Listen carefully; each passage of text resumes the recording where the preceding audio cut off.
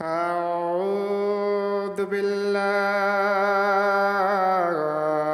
من الشيطان الرجيم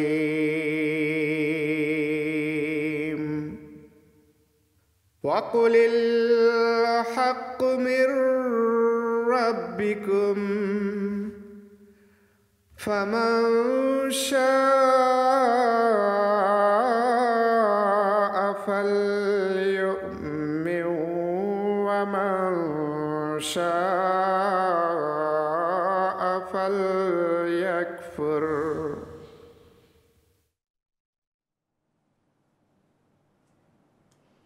أشهد أن لا إله إلا الله وحده لا شريك له وأشهد أن محمدا عبده ورسوله أما بعد فأعوذ بالله من الشيطان الرجيم بسم الله الرحمن الرحيم اللهم صل على محمد وعلى آل محمد كما صليت على إبراهيم وعلى آل إبراهيم إنك حميد مجيد اللهم بارك على محمد وعلى آل محمد كما باركت على إبراهيم وعلى آل إبراهيم إنك حميد مجيد সুপ্রিয় দর্শক মণ্ডলী, আসসালামু আলাইকুম ওয়া রাহমাতুল্লাহি ওয়া বারাকাতুহু।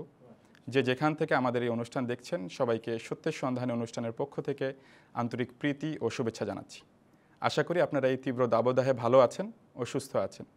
আজ আমরা এই পর্বের তৃতীয় দিনের অনুষ্ঠান নিয়ে হাজির হয়েছি। আশা করি গত 2 দিনের মতো আজও আপনারা আমাদের সাথেই থাকবেন। দর্শক, ইসলাম শান্তির ধর্ম। মহানবী সাল্লাল্লাহু আলাইহি ওয়াসাল্লাম তার সমগ্র জীবনে শান্তি প্রতিষ্ঠায় আপ্রাণ চেষ্টা করেছেন। সাহাবীরা শান্তি স্থাপনে বৈধ ক্ষেত্রে নিজেদের স্বার্থ জলাঞ্জলি দিয়েছেন, কিন্তু উদ্দেশ্য ছিল যে কোনো মূল্যে শান্তি প্রতিষ্ঠা হোক। আজকের পৃথিবীতে ঐশী নেতাহীন মুসলমানরা যখন কোরআনের শিক্ষা থেকে দূরে গিয়ে পশ্চিমাদের প্ররোচনায় নৈরাজ্যে জড়িয়ে পড়ছে, তখন সমগ্র পৃথিবী মুসলমানদের সন্ত্রাসী বলে আখ্যা দিচ্ছে। কিন্তু সর্বকালের সর্বশ্রেষ্ঠ জীবনবিধান আল কোরআন কোনো ক্রমেই সন্ত্রাসবাদ কিংবা অন্যায় আগ্রাসনের শিক্ষা দেয় না, বরং একমাত্র কোরআনের শিক্ষার বাস্তবায়নের মাধ্যমেই শান্তি প্রতিষ্ঠা সম্ভব। আর আহমদিয়া মুসলিম জামাত ইসলামের সেই মহা শান্তির বাণী প্রচার করছে।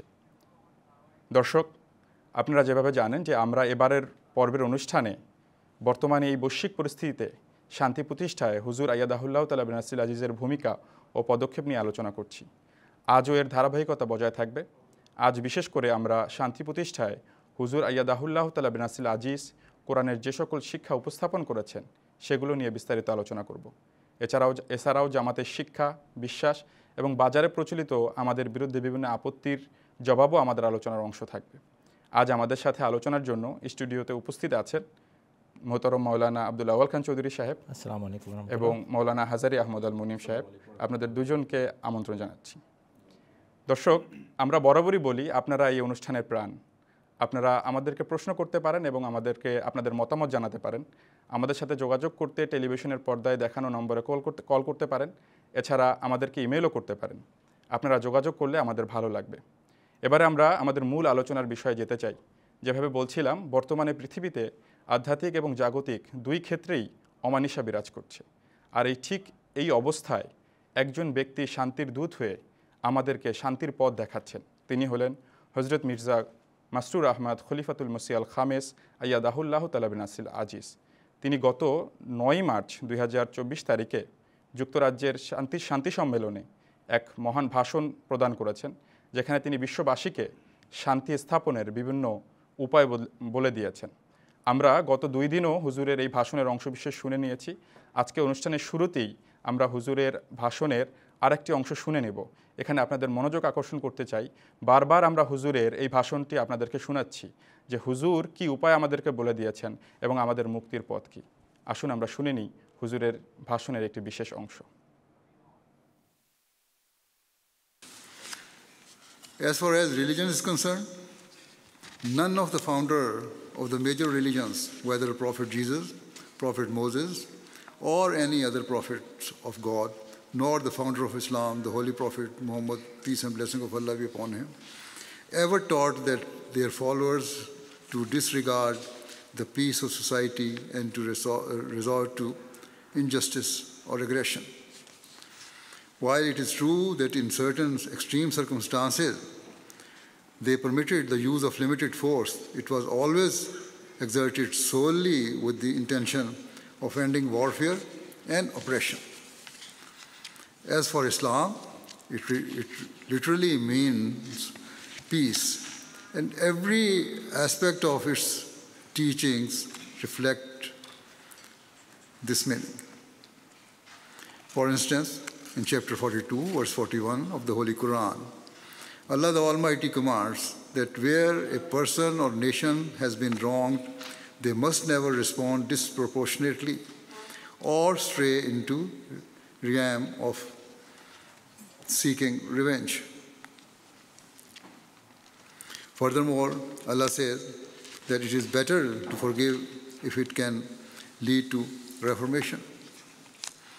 Chapter 49, verse 10 of the Holy Quran says that if two nations are at war, neutral parties should mediate between them and strive to establish peace based on the principles of justice and equity.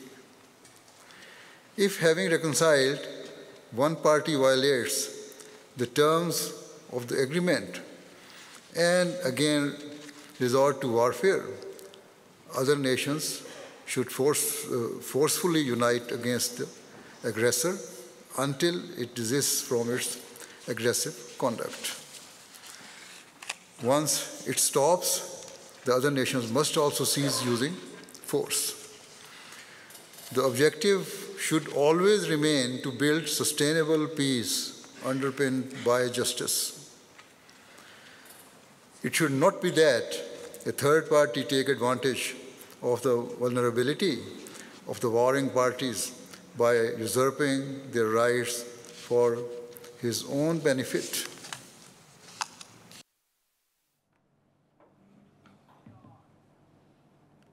দর্শক, আমরা শুনে নিলাম হুজুর আয়াদাহুল্লাহ তাআলা বিন নাসিল আজিজের ভাষণের একটি বিশেষ অংশ। হুজুর গত 2 দশক ধরে পৃথিবীবাসীকে শান্তির স্থাপনের উপায় হিসেবে কেবল একটা জিনিসই বলছেন, সেটি হচ্ছে কোরআনের শিক্ষার বাস্তবায়ন। আমরা এখন এই বিষয়ে আলোচনায় যাব। আমি শুরুতেই মহতরম মাওলানা আব্দুল্লাহ আউয়াল খান চৌধুরী সাহেবের কাছে যেতে চাই। মাওলানা সাহেব, হুজুর কোরআনের দিকেই আমাদেরকে বারবার টেনে নিয়ে যাচ্ছেন। তো কোরআন শান্তি স্থাপনের কী উপায়গুলো আমাদেরকে বলছেন? ধন্যবাদ। কোরআন একেবারে সংক্ষিপ্ত পরিসরে, একেবারে টু দ্য পয়েন্ট একটা বাক্য বলে, ন্যায় প্রতিষ্ঠা করো, সাম্যের ভিত্তিতে ন্যায় প্রতিষ্ঠা করো। আর এটারই প্রতিফলন শিক্ষা আকারে বিভিন্ন কোরআনের আয়াতে বিদ্যমান, যার দিকে হুজুর বারবার ইঙ্গিত করেছেন, খুব সরল ভাষায় করেছেন। এবারকার শান্তি সম্মেলন 2024 যা 9 মার্চ ইউকেতে যুক্তরাজ্যে অনুষ্ঠিত হয়, সেখানে হুজুর মোট 4টি কোরআনের শিক্ষা কোরআনের আয়াতের আলোকে ব্যক্ত করেছেন। তার মধ্যে প্রথমটি হচ্ছে সূরা আশ-শুরা, যেটা কোরআন শরীফের 42তম সূরা, আর সেখানকার আয়াত নম্বর 41 উদ্ধৃত করেছেন, আর তার শিক্ষাটাকে সরল ভাষায় ব্যক্ত করেছেন। আমি 41 পড়ার আগে 40টা পড়ে দিই, যেন দর্শকরা বুঝতে পারেন কোন প্রেক্ষাপটে এই কথাটা বলা হয়েছে। আউযু বিল্লাহি মিনাশ শাইতানির রাজিম। আল্লাহ তাআলা বলছেন, ওয়াল্লাযিনা ইযা আসাবাহুমুল বাগয়ু হুম ইয়ানতাসিরুন, এবং প্রত্যেক মুসলমানের জানা উচিত প্রকৃত মোমেন দল তারা, যাদের উপর কখনো যদি অত্যাচার অনাচার করা হয় তারা অবশ্যই প্রতিশোধ গ্রহণ করে। ওয়া জাযাউ সাইয়্যাতিন সাইয়্যাতুম মিসলুহা, 41 নম্বর আয়াতে বলছেন, আর মনে রাখবে মন্দের প্রতিদান অনুরূপ মন্দ। জাযাউ সাইয়্যাতিন সাইয়্যাতুম মিসলুহা, এবং মন্দের প্রতিদান অনুরূপ মন্দ। কিন্তু ফামান আফা ওয়া আসলাহা ফাজরুহু আলাল্লাহ, যে ব্যক্তি ক্ষমা করে এবং সংশোধন করে, অর্থাৎ এমন ক্ষমা যার ফলে সংশোধন হয়, তার পুরস্কার আল্লাহর কাছে নির্ধারিত। ইন্নাহু লা ইউহিব্বুজ জালিমিন, নিশ্চয়ই আল্লাহ জালেমদের, অনাচারী অত্যাচারীদেরকে আদৌ ভালোবাসেন না। তাহলে এইখানে একটা প্রপোর্শন, একটা আনুপাতিক হার ব্যক্ত করা হয়েছে। একজন ব্যক্তি আপনার সমাজে একটা ঢিল ছুঁড়েছে, আপনি কি অ্যাটম বম ফেলবেন সেই জাতির উপর? না। আপনার বেশি অধিকার আছে ইনসাফ এবং ন্যায় বিচারের অধিকার প্রয়োগ করে আপনি সেখানে একটা ঢিল মারতে পারেন। বা সেই ব্যক্তিকে শাস্তি দেন যে ব্যক্তি ঢিল মেরেছে, কিংবা যদি দেখেন ক্ষমা করলে সে অনুতপ্ত হবে এবং সংশোধিত হবে, তখন ক্ষমা করে সংশোধনের পথ সুগম করে দেন। এটা হচ্ছে কোরআনের শিক্ষা। কিন্তু আপনাকে তারা মারছে ঢিল আর আপনারা কামান দাগাচ্ছেন আর ট্যাঙ্কের পর ট্যাঙ্কের বহর নিয়ে ঢুকে যাচ্ছেন গাজাতে এবং ধ্বংসলীলা সেখানে রচনা করে দেখাচ্ছেন যে আপনারা কত বড় পেশি শক্তির অধিকারী, এটা কখনো শান্তির বার্তা বয়ে আনবে না, বরং জগৎময় এই নৈরাজ্য ছড়িয়ে পড়বে। কোরআন শরীফের এই আয়াত ব্যক্ত করে হজরত খলিফাতুল মসিহ আল খামেস পশ্চিমাদেরকেও শেখাচ্ছেন, মুসলমানদেরকেও শেখাচ্ছেন। কী শেখাচ্ছেন দেখেন, আমি যদি ঠিক বুঝে থাকি এবং উপলব্ধি করে থাকি, আল্লাহ আমাকে পুরস্কার দিন, আর যদি ভুল করি তাহলে আল্লাহ আমাকে ক্ষমা করুন। হুজুর এটা বুঝাচ্ছেন যে হামাস নামক একটা দল তোমাদেরকে আঘাত করেছে সাম্প্রতিককালে। এটার পিছনে ব্যাকগ্রাউন্ড অনেক বড় বিষয় এবং তোমরাও জানো, সারা বিশ্ববাসী জানে। কিন্তু যদি তোমরা এটাকেই ছুতো করে আক্রমণ করো, তাহলে যতটুকু তারা আঘাত এনেছে ততটুকু তোমরা আঘাত আনতে পারো। এটার মানে তোমরা কখনো এমন করতে পারো না যে তোমরা পুরো গাজাটাকে মিশিয়ে দিয়েছো মাটির সাথে, এবং শিশুদেরকে, বৃদ্ধদেরকে, অসহায় নারীদেরকে, মায়েদেরকে, মেয়েদেরকে, তোমরা নিরীহ নাগরিকদেরকে তোমরা ধ্বংস করেছো, মানে কোল্ড ব্লাডেড মার্ডার যাকে বলা হয়। এটা প্রপোর্শনেট শাস্তি হতেই পারে না, এটা হতেই পারে না কোনো শান্তির কারণ। এটা ছিল হুজুরের একটি উপমা। আর মুসলমানদেরকে একই আয়াত দ্বারা বুঝাচ্ছেন যে তোমরা গুলেল দিয়ে যদি তাদের উপরে আঘাত করো আর এর পরিণামে যদি তোমার হাজার হাজার মানুষ প্রথম দিনই মেরে ফেলে এবং দিন শেষে 1,25,000 লোক হতাহত হয়, এটা কোথাকার বুদ্ধিমানের কাজ? আনুপাতিক হার দেখো, তোমরা কি করতে পারো আর তোমাদের যোগ্যতা কী আর তারা কি করে, সুতরাং সেই অনুযায়ী কর্মপন্থা নিরূপণ করো। এটা কোনো পদ্ধতি হলো? তোমরা গুলেল ছুটছো আর তারা কামান দাগাচ্ছে, বরঞ্চ ইন্টারকন্টিনেন্টাল ব্যালিস্টিক মিসাইল রেডি করছে তোমাদেরকে ধ্বংস করার জন্য, পুরো জাতিকে উপড়ে দেওয়ার জন্য। তোমরা গুলেল মারলে কেন? এটাও এই আয়াতের দ্বারা সাব্যস্ত হয় যে আনুপাতিক হারটা লক্ষ্য করো যে তোমরা কি পরিমাণ শক্তি রাখো এবং তারা কি ধরনের শক্তিধর, সেই অনুযায়ী ব্যবস্থা গ্রহণ করো। এটা কিভাবে সম্ভব যে তোমাদের কাছে যোগ্যতা নাই কিন্তু অবশ্যই গিয়ে তোমরা একটা কাজ করে বসলে যার পরিণামে লাখ লাখ মানুষ হতাহত হচ্ছে? এখন যদি যুদ্ধটা ছড়িয়ে পড়ে তো লাখ লাখে তো থাকবে না, এটা সীমাবদ্ধ, এর চেয়ে অনেক বড় সংখ্যা দেখা দেবে। কেন? জাযা ও সাইয়্যাতিন সাইয়্যাতুম মিসলুহা, বুঝো নাই, আমল করো নাই। অতএব পশ্চিমারা, যদি তোমরা শান্তি প্রতিষ্ঠা করতে চাও ততটুকু তোমাদের অধিকার আছে অগ্রসর হবার, যতটুকু তোমাদের বিরুদ্ধে ক্ষতি সাধন করা হয়েছে। আর হে মুসলমানরা, নিজেদের যে অকাত সেটা বুঝো, নিজেদের যোগ্যতা সেটা বুঝো, আর সেই অনুযায়ী নিজেদের কর্মপন্থা ঠিক করো। পাগলামি করার নাম ইসলাম নয়। ধন্যবাদ। ধন্যবাদ মৌলানা সাহেব। আসলে কোরআনই একমাত্র সমাধান হতে পারে আমাদের এই বৈশ্বিক পরিস্থিতির এই অস্থিরতা নিরসনে। আমরা এবার মৌলানা হাজারি আহমদ আল মুনিম সাহেবের কাছে যেতে চাই। মৌলানা সাহেব, আমাদের মৌলানা সাহেব একটা বিষয় উন্মোচন করলেন যেটা হুজুর তার ভাষণে বলেছেন। হুজুর আরও একাধিক উপায় বলেছেন কোরআন থেকে, যদি আরও একটি বিষয় আপনি উপস্থাপন করতেন। আমরা যেহেতু আউযুবিল্লাহি মিনাশ শাইতানির রাজিম, বিসমিল্লাহির রহমানির রহিম, আল্লাহুম্মা সাল্লি আলা মুহাম্মাদিন ওয়া আলি মুহাম্মাদ ওয়া বারিক ওয়া সাল্লিম ইন্নাকা হামিদুম মাজিদ। আমরা হুজুরের যেই 9 মার্চে প্রদত্ত, 9 মার্চ 2024 তারিখে প্রদত্ত ন্যাশনাল পিস সিম্পোজিয়াম ইউকেতে প্রদত্ত ভাষণের আলোকে আলোচনা করছি। তো মোহতারাম মাওলানা সাহেব 2টো আয়াতের উল্লেখ করেছেন এবং বলেছেন যে হুজুর 4টা আয়াতের উল্লেখ করেছেন। হুজুর সূরা মায়েদার 9 নম্বর আয়াতের উল্লেখ করেছেন।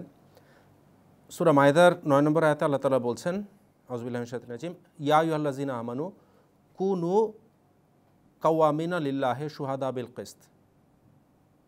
হে মুমিনরা, তোমরা আল্লাহর খাতিরে ন্যায়সঙ্গতভাবে সত্য সাক্ষ্য দেওয়ার জন্য দাঁড়াও। আর ওয়ালা ইয়াজরিমান্নাকুম শানাআনু কওমিন আলা আল্লাহ তা'দিলু, কোনো জাতির শত্রুতা যেন তোমাদেরকে এ কাজে প্ররোচিত না করে যে তোমরা তাদের সাথে অন্যায় করবে, বাড়াবাড়ি করবে। এদিলো হুয়া আকরাবু লিত্তাকওয়া, তোমরা ন্যায় বিচার কায়েম করো, সমতা কায়েম করো, একটা ব্যালেন্স তোমরা বজায় রাখো। হুয়া আকরাবু লিত্তাকওয়া, এটাই তাকওয়ার বেশি নিকটবর্তী বিষয়। অর্থাৎ মুমিন মুসলমান হিসেবে তোমাদের দায়িত্ব তো হচ্ছে তাকওয়া অর্জন করা, আল্লাহ তাআলার নৈকট্য অর্জন করা। তো এটার জন্য তোমাদেরকে স্মরণ রাখতে হবে তোমরা কখনো বাড়াবাড়ি করবে না, বাড়াবাড়ি করতে পারবে না।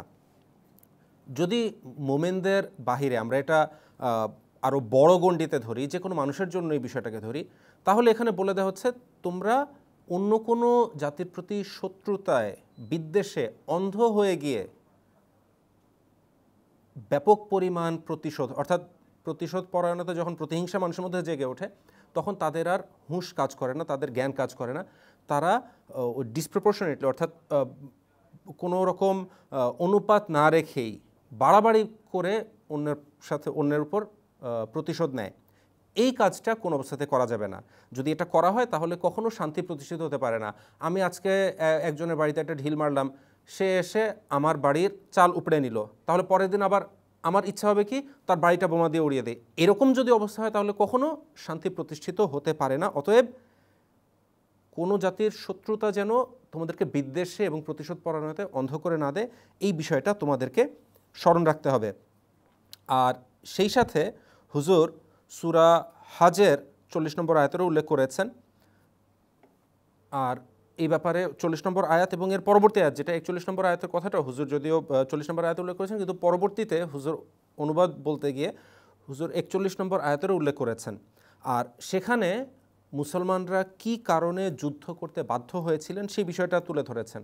সূরা হাজের 40 নম্বর আয়াতে আল্লাহ তাআলা বলেছেন, উযিনা লিল্লাযিনা ইউকাতালুনা বিআন্নাহুম যুলিমু, তাদেরকে যুদ্ধ করার অনুমতি দেয়া হচ্ছে যাদের ওপর যুদ্ধ চাপিয়ে দেয়া হয়েছে, কারণ তারা অত্যাচারিত ছিল। মুসলমানরা কখনো আগ বাড়িয়ে যুদ্ধ করে নাই। মক্কায় 13 বছর পর্যন্ত রাসূলুল্লাহ সাল্লাল্লাহু আলাইহি ওয়াসাল্লাম এবং তার সাহাবীরা অত্যাচারের শিকার হয়েছেন, নিপীড়নের শিকার হয়েছেন, কিচ্ছু বলেন নাই, সহ্য করেছেন। একটা পর্যায়ে রাসূলুল্লাহ সাল্লাল্লাহু আলাইহি ওয়াসাল্লামের নির্দেশে সাহাবীরা অ্যাবিসিনিয়া বা হাবশা, যেটা ইথিওপিয়া, সেখানে ধর্মীয় স্বাধীনতার জন্য সেই খ্রিস্টান বাদশাহ নাজ্জাশীর দেশে হিজরত করে গেলেন সাহাবীদের একটা বড় অংশ। এরও পরবর্তীতে অত্যাচার চলছে, অব্যাহত রয়েছে। রাসূলুল্লাহ সাল্লাল্লাহু আলাইহি ওয়াসাল্লাম স্বয়ং মদিনায় হিজরত করে গেলেন যে ভাই ঠিক আছে, তোমাদের সাথে আমাদের বনছে না, তোমরা আমাদের কথা শুনবেই না, অত্যাচার করেই যাবে, আল্লাহর পৃথিবী বিস্তৃত বিশাল, আমরা অন্য জায়গায় চলে যাচ্ছি। কিন্তু তারপরেও সেই দেশে গিয়ে যখন আক্রমণ করা হচ্ছে তখন গিয়ে আল্লাহ তাআলা মুসলমানদেরকে অনুমতি দিলেন। এবং কী জন্য অনুমতি দিলেন? আল্লাযীনা উখরিজু মিন দিয়ারিহিম বিগাইরি হাক্কিন ইল্লা আইয়াকুলু রাব্বুনাল্লাহ, যাদেরকে তাদের দেশ থেকে কেবলমাত্র এই কারণে বিতাড়ন করা হয়েছে যে তারা বলে আল্লাহ আমাদের রব, এক আল্লাহর বান্দা হওয়ার ঘোষণা দেওয়ার কারণে তাদের উপরে অত্যাচার। আর মুসলমানদের এই যুদ্ধের মূল প্রধান লক্ষ্য, প্রাইমারি অবজেক্টিভ হচ্ছে ওয়ালাউলা দাফউল্লাহিন নাসা বাযাহুম বিবাযিন লাহুদ্দিমাত সাওয়ামিউ ওয়া বিআউন ওয়া সালাওয়াতুন ওয়া মাসাজিদু ইউযকারু ফিহা ইসমুল্লাহি কাসীরা, যদি আল্লাহ তাআলা মানুষের এক দল দিয়ে আরেক দলকে প্রতিহত না করতেন তাহলে পৃথিবীতে ধর্মীয় স্বাধীনতা, ধর্মীয় সহিষ্ণুতা বলে কিছু থাকতো না। সেটা খ্রিস্টানদের, ইহুদিদের উপাসনালয় হোক, খ্রিস্টানদের গির্জা হোক, অন্য কোনো ধর্মের মঠ হোক, সন্ন্যাসীদের মঠ হোক, মুসলমানদের মসজিদ যেখানে আল্লাহর নাম বেশি বেশি স্মরণ করা হয়, সব কিছু ধূলিসাৎ করে দেওয়া হতো, হয়ে যেত। অতএব হে মুসলমানরা, তোমরা এজন্য যুদ্ধ করো যেন সবার ধর্মীয় স্বাধীনতা নিশ্চিত হয়। এই বিষয়টা যদি সবাই স্মরণ রাখে, অর্থাৎ শুধু ধর্মীয় না, তার ব্যক্তি স্বাধীনতা সহ তাদের ফ্রিডম অফ কনসিয়েন্স, এই বিষয়গুলো যদি নিশ্চিত করা হয়, সেই উদ্দেশ্যে মুসলমানদেরকে যুদ্ধের নির্দেশ দেওয়া হয়েছে। অতএব এই ব্যাপারগুলো দৃষ্টিপটে রেখে এগুলোকে প্রতিষ্ঠা করার জন্য সবাই যদি ঐক্যবদ্ধভাবে কাজ করে তাহলে পৃথিবীতে শান্তি প্রতিষ্ঠিত হতে পারে, এটা হুজুর বলেছেন। যদি আমাদের সুযোগ আসে আমরা কোরআনের আরও বিভিন্ন আয়াতের হুজুর উল্লেখ করেছেন, এই বইটাতে উল্লেখ আছে বিশ্ব সংকট ও শান্তির পথ। এই বইয়ে আমরা দেখেছি হুজুরের বিভিন্ন যে পার্লামেন্টে দেওয়া বক্তৃতা, আরও বিভিন্ন আয়াতের আলোকে হুজুর বলেছেন। কিন্তু আমরা এখানেই থাকছি, এই 4টা আয়াতেই থাকছি, যদি সুযোগ হয় আমরা পরবর্তীতে আলোচনা করবো ইনশাআল্লাহ। ধন্যবাদ মৌলানা সাহেব। দর্শক, কোরআনই একমাত্র জীবন বিধান যা দলমত নির্বিশেষে সবার নিরাপত্তা বিধান করে। এ পর্যায়ে আমরা একটা ফোন কল নিতে চাই। আমাদের সাথে ফোনে একজন ভাই আছেন, আমরা তার সাথে কথা বলে নেব। আসসালামু আলাইকুম ওয়া রাহমাতুল্লাহি ওয়া বারাকাতুহু। ওয়ালাইকুম আসসালাম ওয়া রাহমাতুল্লাহি ওয়া বারাকাতুহু। জি ভাই, আপনার প্রশ্নটি করুন। আমি জনাব রিয়াজুল ইসলাম বলছি চট্টগ্রাম থেকে। জি, প্রশ্নটি করুন। আমার প্রশ্ন হলো যে হযরত মুহাম্মদ মুস্তাফা সাল্লাল্লাহু আলাইহি সাল্লাম উনি ওনার জীবদ্দশায় বলে গেছেন যে আমার পরেও একজন উম্মতে নবী আসবে যিনি ইমাম মাহদী এই হিসেবে আবির্ভূত হবেন। তো এই ভবিষ্যৎবাণী উনি করে দিয়ে গেছেন এবং একজন ইমাম মাহদী হিসেবে দাবি করেছেন এবং সপক্ষে যত যুক্তি তিনি উপস্থাপন করেছেন যে তিনি যে সত্যি মাহদী। তারপরও কেন আমাদের ভিতরে এত ভেদাভেদ, এত মতপার্থক্য, এটার উত্তর জানতে চাচ্ছি। জি জি, ধন্যবাদ ভাই আপনার প্রশ্নের জন্য। আমি প্রশ্নটা স্পষ্ট ছিল, মৌলানা সাহেব যদি আপনি উত্তর দিতেন। জি, আমার পালা। জি জি জি, আমার পালা হলে উত্তর হচ্ছে ওষুধ এসেছে আর ওষুধ খাওয়া হয়নি বলে, এই কারণে রোগ সারছে না। অনৈক্য দূর করার জন্য ইমাম মাহদী আলাইহিসসালামের আসার কথা, তার হাতে বয়াত করার নির্দেশ আছে। দেখেন, যখন বয়াত করার নির্দেশ থাকে দুটো জিনিস সাব্যস্ত হয়। নম্বর এক, তিনি আল্লাহর পক্ষ থেকে প্রেরিত।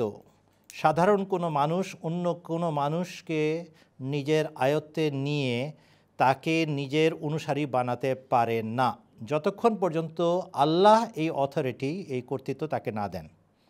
বয়াত ঘোষণা দেওয়া মানেই হচ্ছে যে এই ব্যক্তি মহাপুরুষ, আল্লাহর পক্ষ থেকে প্রেরিত প্রত্যাদিষ্ট মহাপুরুষ, প্রথম কথা। আর তাকে মান্য করা অত্যাবশ্যক, কেননা অরাজকতার যুগে সে আসবে তোমাদেরকে বাধার জন্য, এক করার জন্য, ঐক্যবদ্ধ করার জন্য। এই দুটো কারণে বয়াতে নির্দেশ দেওয়া আছে। কিন্তু আপনার প্রশ্নের মধ্যে এটার উত্তর, ইমাম মাহদী আসবেন এই ভবিষ্যৎবাণী করা আছে। সুতরাং এই ভবিষ্যৎবাণী যারা মানবে না তারা ওই অনৈক্যের মাঝেই হাবুডুবু খাবে। একটা ছাগলের পাল, তাদেরকে লক্ষ্য করে দেখেন, তারাও তার এক নেতাকে মেনে তারপরে অগ্রসর হয়। মুসলমান জাতি যাদের সংখ্যা বলা হয় 100 কোটি, কখনো বলা হয় 110 কোটি, কখনো বলা হয় 120 কোটি, আজকাল 150 কোটির দাবি করে দেয় মুখে মুখে। কোনো প্রচারণা ছাড়াই আল্লাহ তাআলা তার ধর্মকে অগ্রসর করছেন, বড় করছেন। কিন্তু নেতৃত্ব কোথায়? ইমাম মাহদী আলাইহিসসালাম আসার কথা, ঈসা ইবনে মারিয়াম হিসেবে তাকে মান্য করার আদেশ রাসূল আকরাম সাল্লাল্লাহু আলাইহি ওয়াসাল্লাম দিয়েছেন। স্পষ্ট ভাষায় কোরআন শরীফে এই ভবিষ্যৎবাণী উল্লেখ আছে এবং তাকে মান্য করার আদেশ বিদ্যমান আছে সূরা আল ইমরানের 82 নম্বর আয়াতে। যদি কারো দৃষ্টি থাকে দেখার মতো, বুঝার মতো মন থাকে, তবেই সে বুঝবে এবং দেখবে এবং মানবে। কিন্তু করছেটা কি মুসলমানরা? এটি হচ্ছে আমাদের আক্ষেপ। এবং এই অনুষ্ঠানের মাধ্যমে আমরা বাংলাভাষী মুসলমানদেরকে এই কথাই বারবার জানাতে চাচ্ছি যে দেখেন, আমরা আপনাদের কাছে গত 15 বছর খেলাফতের অধীনে এই অনুষ্ঠান করছি, আর বারবার কোরআন, সুন্নাহ এবং হাদিস থেকে দেখানোর চেষ্টা করছি যার আসার ছিল তিনি এসে গেছেন। এখন আপনাদের দায়িত্ব বর্তায় যে জিনিসটাকে যাচাই বাছাই করে, আল্লাহর কাছে দোয়া করে, কান্নাকাটি করে এক হন, এবং যার হাতে বয়াত করে মুসলমানদের ঐক্যবদ্ধ হতে বলা হয়েছে তাকে মান্য করে এক হন, তাহলেই তো সমস্যার সমাধান হয়ে যায়। কিন্তু হচ্ছেন কোথায়? এই খলিফায়ে ওয়াক্তের ডাকে যদি আমরা সাড়া দিতাম তাহলে এখন মুসলমানদের নেতৃত্বের অভাব হতো, নাকি নীতি নির্ধারণ করতে কোনো সমস্যা হতো? কোনো সমস্যা হতো না। কিন্তু এখন না আছে নীতি নির্ধারক, না আছে আল্লাহর পক্ষ থেকে প্রত্যাদিষ্ট মহাপুরুষকে মানার কারণে ঐক্য। অতএব যা ভোগার তাই ভুগছে। কষ্টটা আমাদেরই বেশি। যুগ খলিফা রাতে কাঁদেন উঠে আল্লাহর কাছে যে হে আল্লাহ, এই উম্মতকে তুমি রক্ষা করো। যদি এরা ধ্বংস হয়ে যায় তাহলে রসুল আকরাম সাল্লাল্লাহু আলাইহি ওয়াসাল্লামের কথা মানবে কারা? এই কারণেই আল্লাহ তাআলা আমাদেরকে সুযোগ এবং ছাড় দিয়ে রেখেছেন। অতএব সুযোগের সদ্ব্যবহার করেন এবং যে কয়টা দিন আল্লাহ তাআলা হায়াত রেখেছেন মানুষকে এবং বিশেষ করে মুসলমানদেরকে দিয়ে রেখেছেন, সেটাকে ব্যবহার করে যাচাই বাছাই করে বয়াত করার সিদ্ধান্ত নেন। ধন্যবাদ। ধন্যবাদ মৌলানা সাহেব। দর্শক, আশা করি আপনি আপনার প্রশ্নের উত্তর পেয়েছেন। দর্শক, আপনারা যেভাবে দেখলেন যে আহমদিয়া মুসলিম জামাত কোরআনের শিক্ষাকেই প্রাধান্য দেয় এবং এই কোরআনের শিক্ষাকে বাস্তবায়ন করার জন্যই আপ্রাণ চেষ্টা করছে। কিন্তু তা সত্ত্বেও আমাদের সমাজে কিছু নামসর্বস্ব আলেম যারা আমাদের ব্যাপারে বা আমাদের সম্পর্কে মানুষের মাথায় বিভিন্ন ধরনের মিথ্যা এবং বানোয়াট ধারণা প্রথিত করছে এবং তারা আমাদেরকে বিভিন্নভাবে কাফের ফতোয়া দেওয়ার পায়তারা চালাচ্ছে। তো আসুন এই পর্যায়ে আমরা অনুষ্ঠানের হযরত মসিহ মাউদ আলাইহিসসালাতু ওয়াসসালাম তার জামাতের ধর্মবিশ্বাস সম্পর্কে কী বলেছেন সেটা শুনে নেব, এবং সেটা মসিহ মাউদ আলাইহিসসালাতু ওয়াসসালামের নিজের লেখা থেকে। আসুন আমরা শুনে নিই।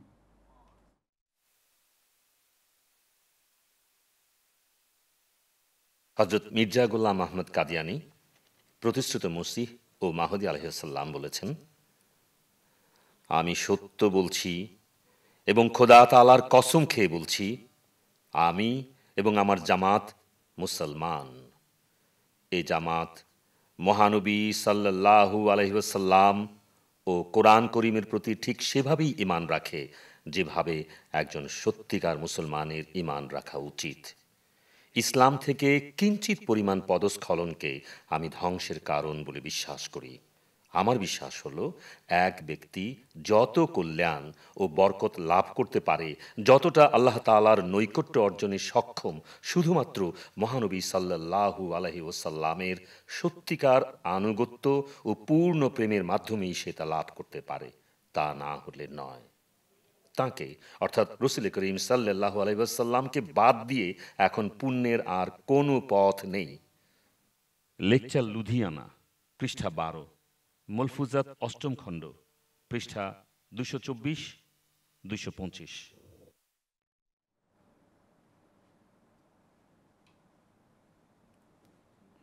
দর্শক, আমরা শুনে নিলাম হজরত মির্জা গোলাম আহমদ কাদিয়ানী আলাইহিসসালাতু ওয়াসসালাম তার জামাতের ধর্মবিশ্বাস হিসেবে কি লিখে গিয়েছেন। এখন বিবেচনার ভার আপনাদের উপরে। এই পর্যায়ে আমি একটি প্রশ্ন নিতে চাই। আমাদের একটি প্রশ্ন আমরা ইমেইলে পেয়েছি। প্রশ্নকর্তা জানতে চাচ্ছেন যে পারস্য বংশীয় এক বা একাধিক ব্যক্তি বলতে যে ইমাম মাহদী কি বোঝায় তা কীভাবে সাব্যস্ত হয়, যদি মৌলানা সাহেব উত্তর দিতেন। জি, জাযাকুমুল্লাহ। দেখুন, এই বিষয়টা আমরা বিস্তারিতভাবে বারংবার আলোচনা করছি। পারস্যবংশীয় ব্যক্তি বলতে এক বা একাধিক ব্যক্তি বলতে হজরত মসিহে মাউদ আলাইহিস সালাম বা তার খলিফাদেরকেই কেন বোঝানো হচ্ছে? হজরত মুহাম্মদ রাসূলুল্লাহ সাল্লাল্লাহু আলাইহি সাল্লাম কোন প্রেক্ষাপটে এই কথাটা বলেছিলেন সেটা যদি আপনারা মাথায় রাখেন তাহলে বিষয়টা স্পষ্ট হয়ে যায়।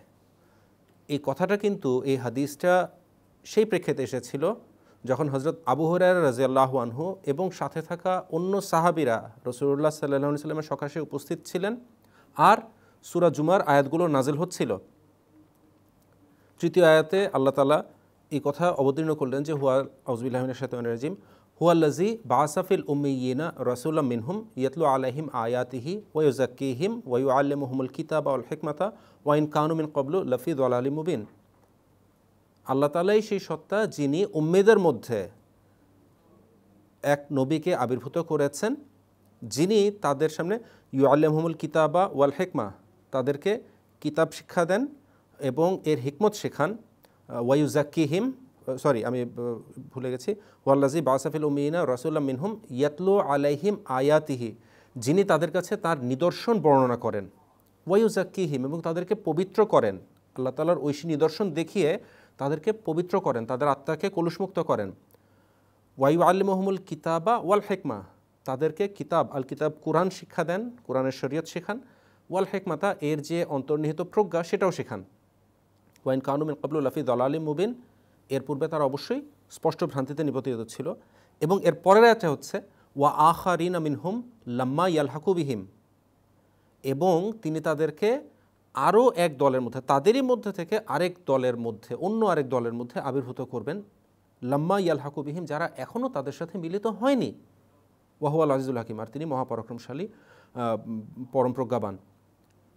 এটাতে তো সাহাবীরা আশ্চর্য হয়েছিলেন যে ইয়া রাসূলুল্লাহ সাল্লাল্লাহু আলাইহি ওয়াসাল্লাম, আপনি আবার আসবেন, এটা কি করে হতে পারে? আবার আমাদের মধ্যে না, এখন আপনি আমাদের সাথে আছেন, অথচ আল্লাহ তাআলা বলছেন আমাদের মধ্যে থেকেই আরেক দলের মধ্যে। এরা কারা যাদের মধ্যে আপনি আরেকবার আসবেন?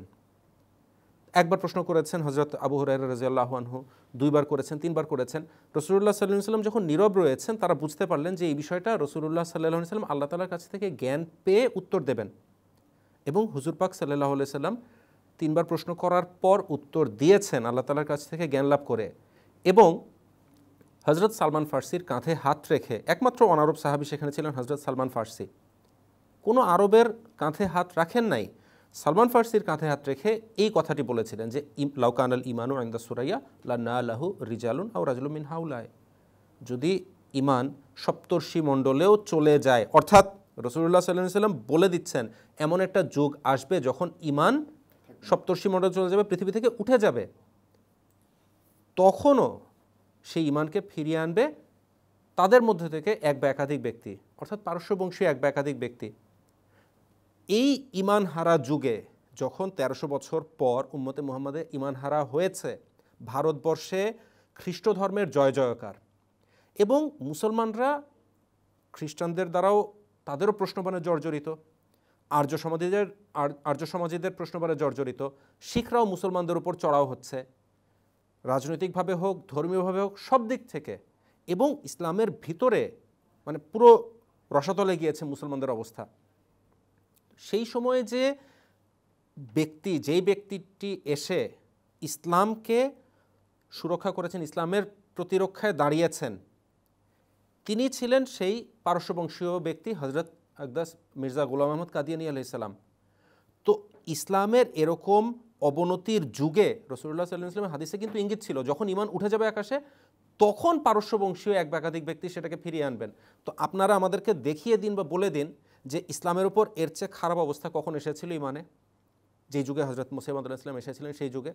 এখন সবাই বলতে পারবে যে এখন তো দেখেন না মসজিদে মুসল্লি ভর্তি, মানুষজন রয়েছে, আমরা কত নামাজ পড়ছি, কত ইসলামের সেবা হয়ে যাচ্ছে। এই অবস্থা কি ছিল উপমহাদেশে? ছিল না এই অবস্থা। দলে দলে মানুষ, মুসলমানরা খ্রিস্টান হয়ে যাচ্ছিলেন, আলেমরা পাদ্রীতে পরিণত হচ্ছিলেন। আজকে এই অবস্থা পরিবর্তন হয়েছে হজরত মির্জা গোলাম আহমদ কাদিয়ানী আলাইহিস সালামের কারণে।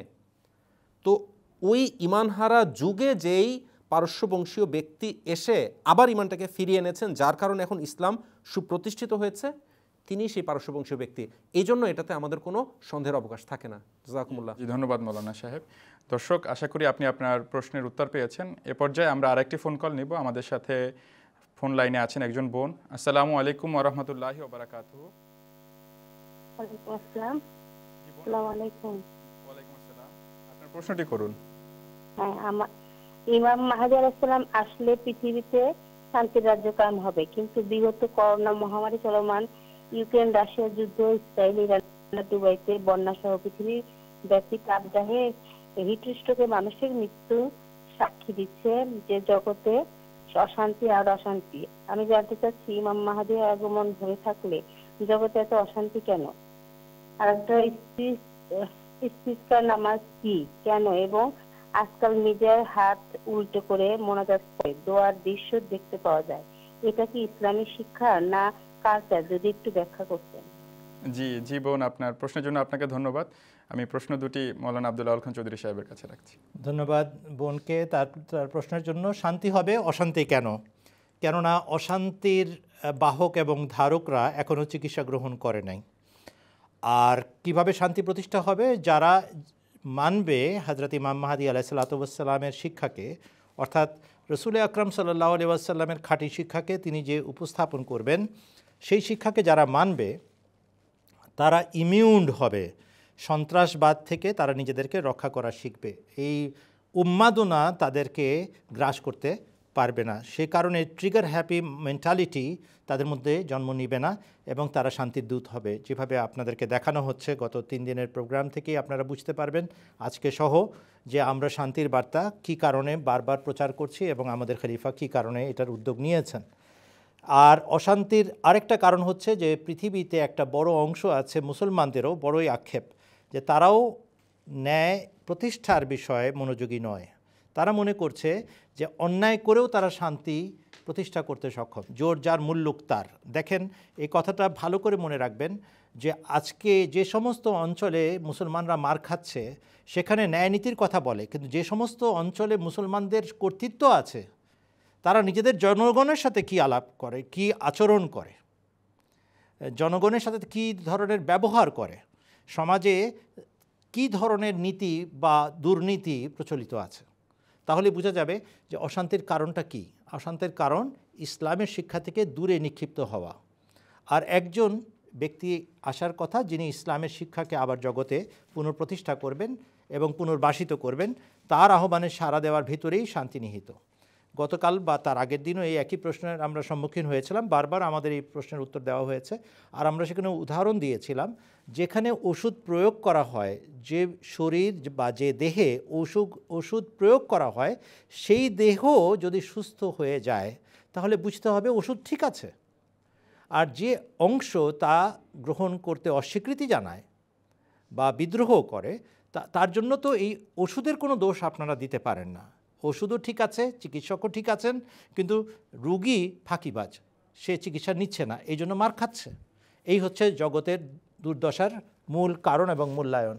আপনার দ্বিতীয় অংশ হচ্ছে প্রশ্নের সালাতুল ইস্তিসকা, যখন খরা দেখা দেয় তখন নামাজের জন্য রসুল আকরম সাল্লাল্লাহু আলাইহি ওয়াসাল্লামের সুন্নাত দ্বারা সাব্যস্ত যে বাইরে গিয়ে বা জামাত 2 রাকাত নফল পড়েন, দীর্ঘ তেলাওয়াত করেন এবং সেখানে শেষে চাদরটা উল্টাতেন যেন একটা বাহ্যিক একটা বহিঃপ্রকাশ ঘটে যে হে আল্লাহ, এখন যে তীব্র খরা চলছে এই পরিস্থিতি পাল্টে দিয়ে তুমি তোমার রহমতের বৃষ্টি বর্ষণ করো।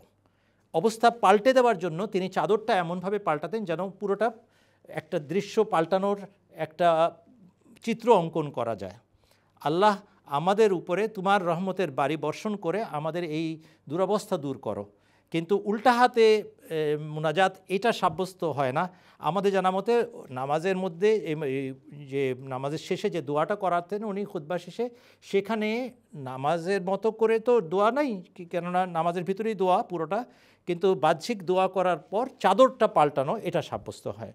কিন্তু চাদর উল্টানোর চেয়ে বেশি মনে হয় আজকাল বাংলাদেশে উল্টা হাতে দোয়া করার বিষয়টার উপরে জোর দেওয়া হচ্ছে, এটা হাদিস দ্বারা সাব্যস্ত হয় না। ধন্যবাদ। ধন্যবাদ মৌলানা সাহেব সুন্দরভাবে উত্তর দেওয়ার জন্য। আশা করি বোন আপনি আপনার প্রশ্ন দুটির উত্তর পেয়েছেন। এই পর্যায়ে আমরা আরেকটি ইমেইলের প্রশ্ন নিতে চাই। এই ভাই প্রশ্ন করেছেন যে আমরা কোরআনের আয়াত দ্বারা সাব্যস্ত করি যে হজরত মহানবী সাল্লাল্লাহু আলাইহি ওয়াসাল্লাম সহ তার পূর্বের সকল রসুল মারা গেছেন, কিন্তু পবিত্র কোরআনে জিব্রাইল আলাইহিস সালামকেও রসুল বলে সাব্যস্ত করা হয়েছে, বলা হয়েছে। ওনার কথা হচ্ছে যে যদি সকল রসুল মারা যায় তাহলে কি জিব্রাইলও মারা গেছে? যদি মানুষের উত্তর দিতে। জাযাকুমুল্লাহ প্রশ্নটার জন্য। দেখুন, যিনি প্রশ্নটা করেছেন ইমেইলে, আমি এটা একটা বুঝার বিষয়। মালায়েকাতুল্লাহ বা আল্লাহর ফেরেশতাদের ব্যাপারটা ভিন্ন। দেখুন, ইমানের যেই বিষয়গুলো রয়েছে, ফেরেশতার অস্তিত্ব তার মধ্যে একটি পৃথক পয়েন্ট আকারে রাসূলুল্লাহ সাল্লাল্লাহু আলাইহি ওয়াসাল্লাম উল্লেখ করেছেন। আল্লাহর অস্তিত্ব এবং ফেরেশতাদের অস্তিত্ব, নবী রাসূলদের উপর ঈমান আনা, এই বিষয়গুলো কিন্তু আলাদা আলাদা।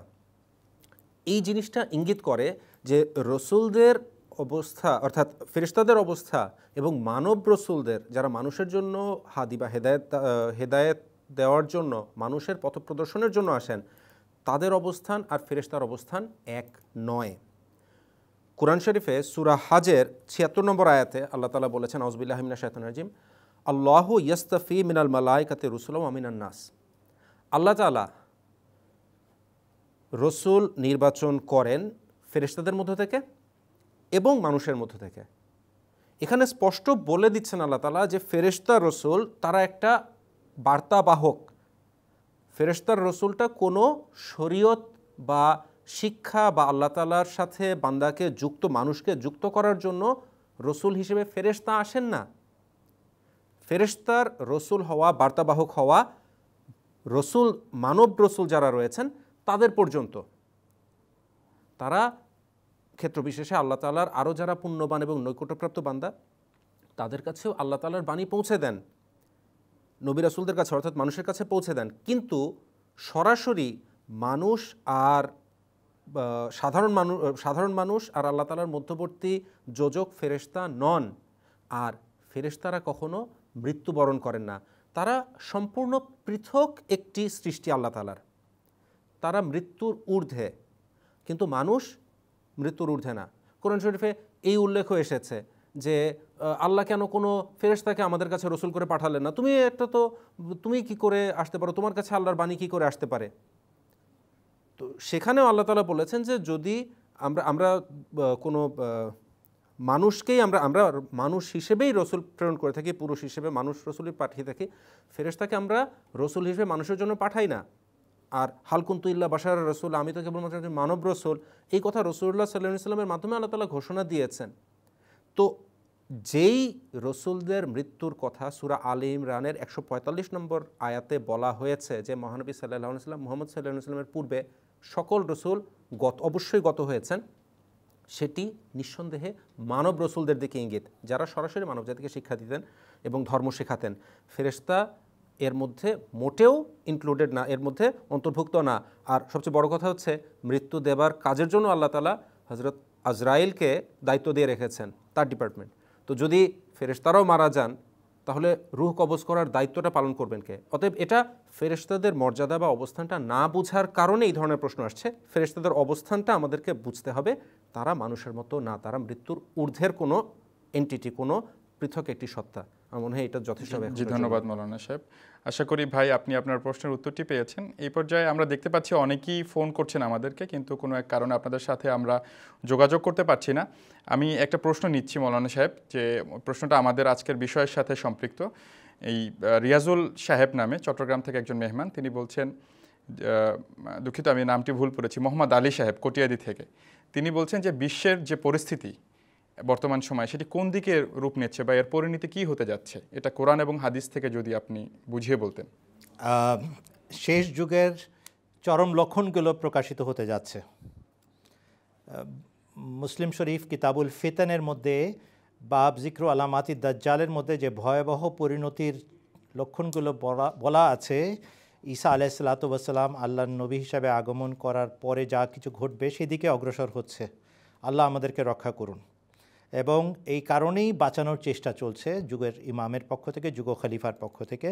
অতএব আপনি যেহেতু গভীর প্রশ্ন করেছেন, আপনারও দায়িত্ব, আমাদের সবার দায়িত্ব বিশেষভাবে দোয়া করা, আল্লাহ যেন রক্ষা করেন। যদি একবার এটা হাতছাড়া হয়, এই পুরো ব্যবস্থাপনাটা যদি হাতছাড়া হয়, বিশ্ব ব্যবস্থাপনাটা যদি ভেঙে পড়ে, তখন যে কি ভয়াবহ পরিণাম জগৎ দেখবে সেটা আমরা এখন বলেও শেষ করতে পারবো না, কল্পনাও করতে পারবো না। অতএব এই দিকে আমার মনে হয় কথা না বাড়িয়ে শুধু আল্লাহর কাছে সিজদায় পড়ে কান্নাকাটি করাটা বেশি প্রয়োজন। রব্বে গফির ওয়ারহাম ওয়া আনতা খায়রুর রাহিমিন, আর রব্বে আসলেহ উম্মাতা মুহাম্মাদিন।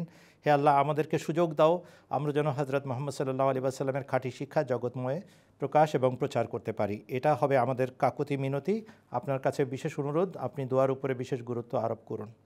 একটু আগে যে ফেরেশতাদের রসুল হওয়ার বিষয়ে আলাপ হচ্ছিল, সেটা সূত্র ধরে প্রশ্নকারীকে আমি শুধু একটা ক্লু দিতে চাই যে খাতামান নবীনের অর্থ যদি শেষ নবী এবং রসুল হয়ে থাকেন, আর হজরত জিবরাইল আলাইহিস সালাম রসুল হিসাবে যদি জীবিত থেকে থাকেন, তাহলে কিভাবে আপনারা এই দুইয়ের মধ্যে সমন্বয় করবেন? এক মুখে বলছেন হজরত মুহাম্মদ সাল্লাল্লাহু আলাইহি ওয়াসাল্লাম হচ্ছেন শেষ নবী এবং শেষ রসুল, এরপরে কোনো ধরনের কোনো নবুয়তও নাই, কোনো ধরনের কোনো রিসালাতও নাই। আর আরেক মুখে যদি আপনারা এটাই বিশ্বাস করেন যে হজরত জিবরাইল আলাইহিস সালাম আল্লাহর রসুল হিসেবে বহাল তবিয়তে জীবিত আছেন, তাহলে শেষ নবীকে আর শেষ রসুলকে?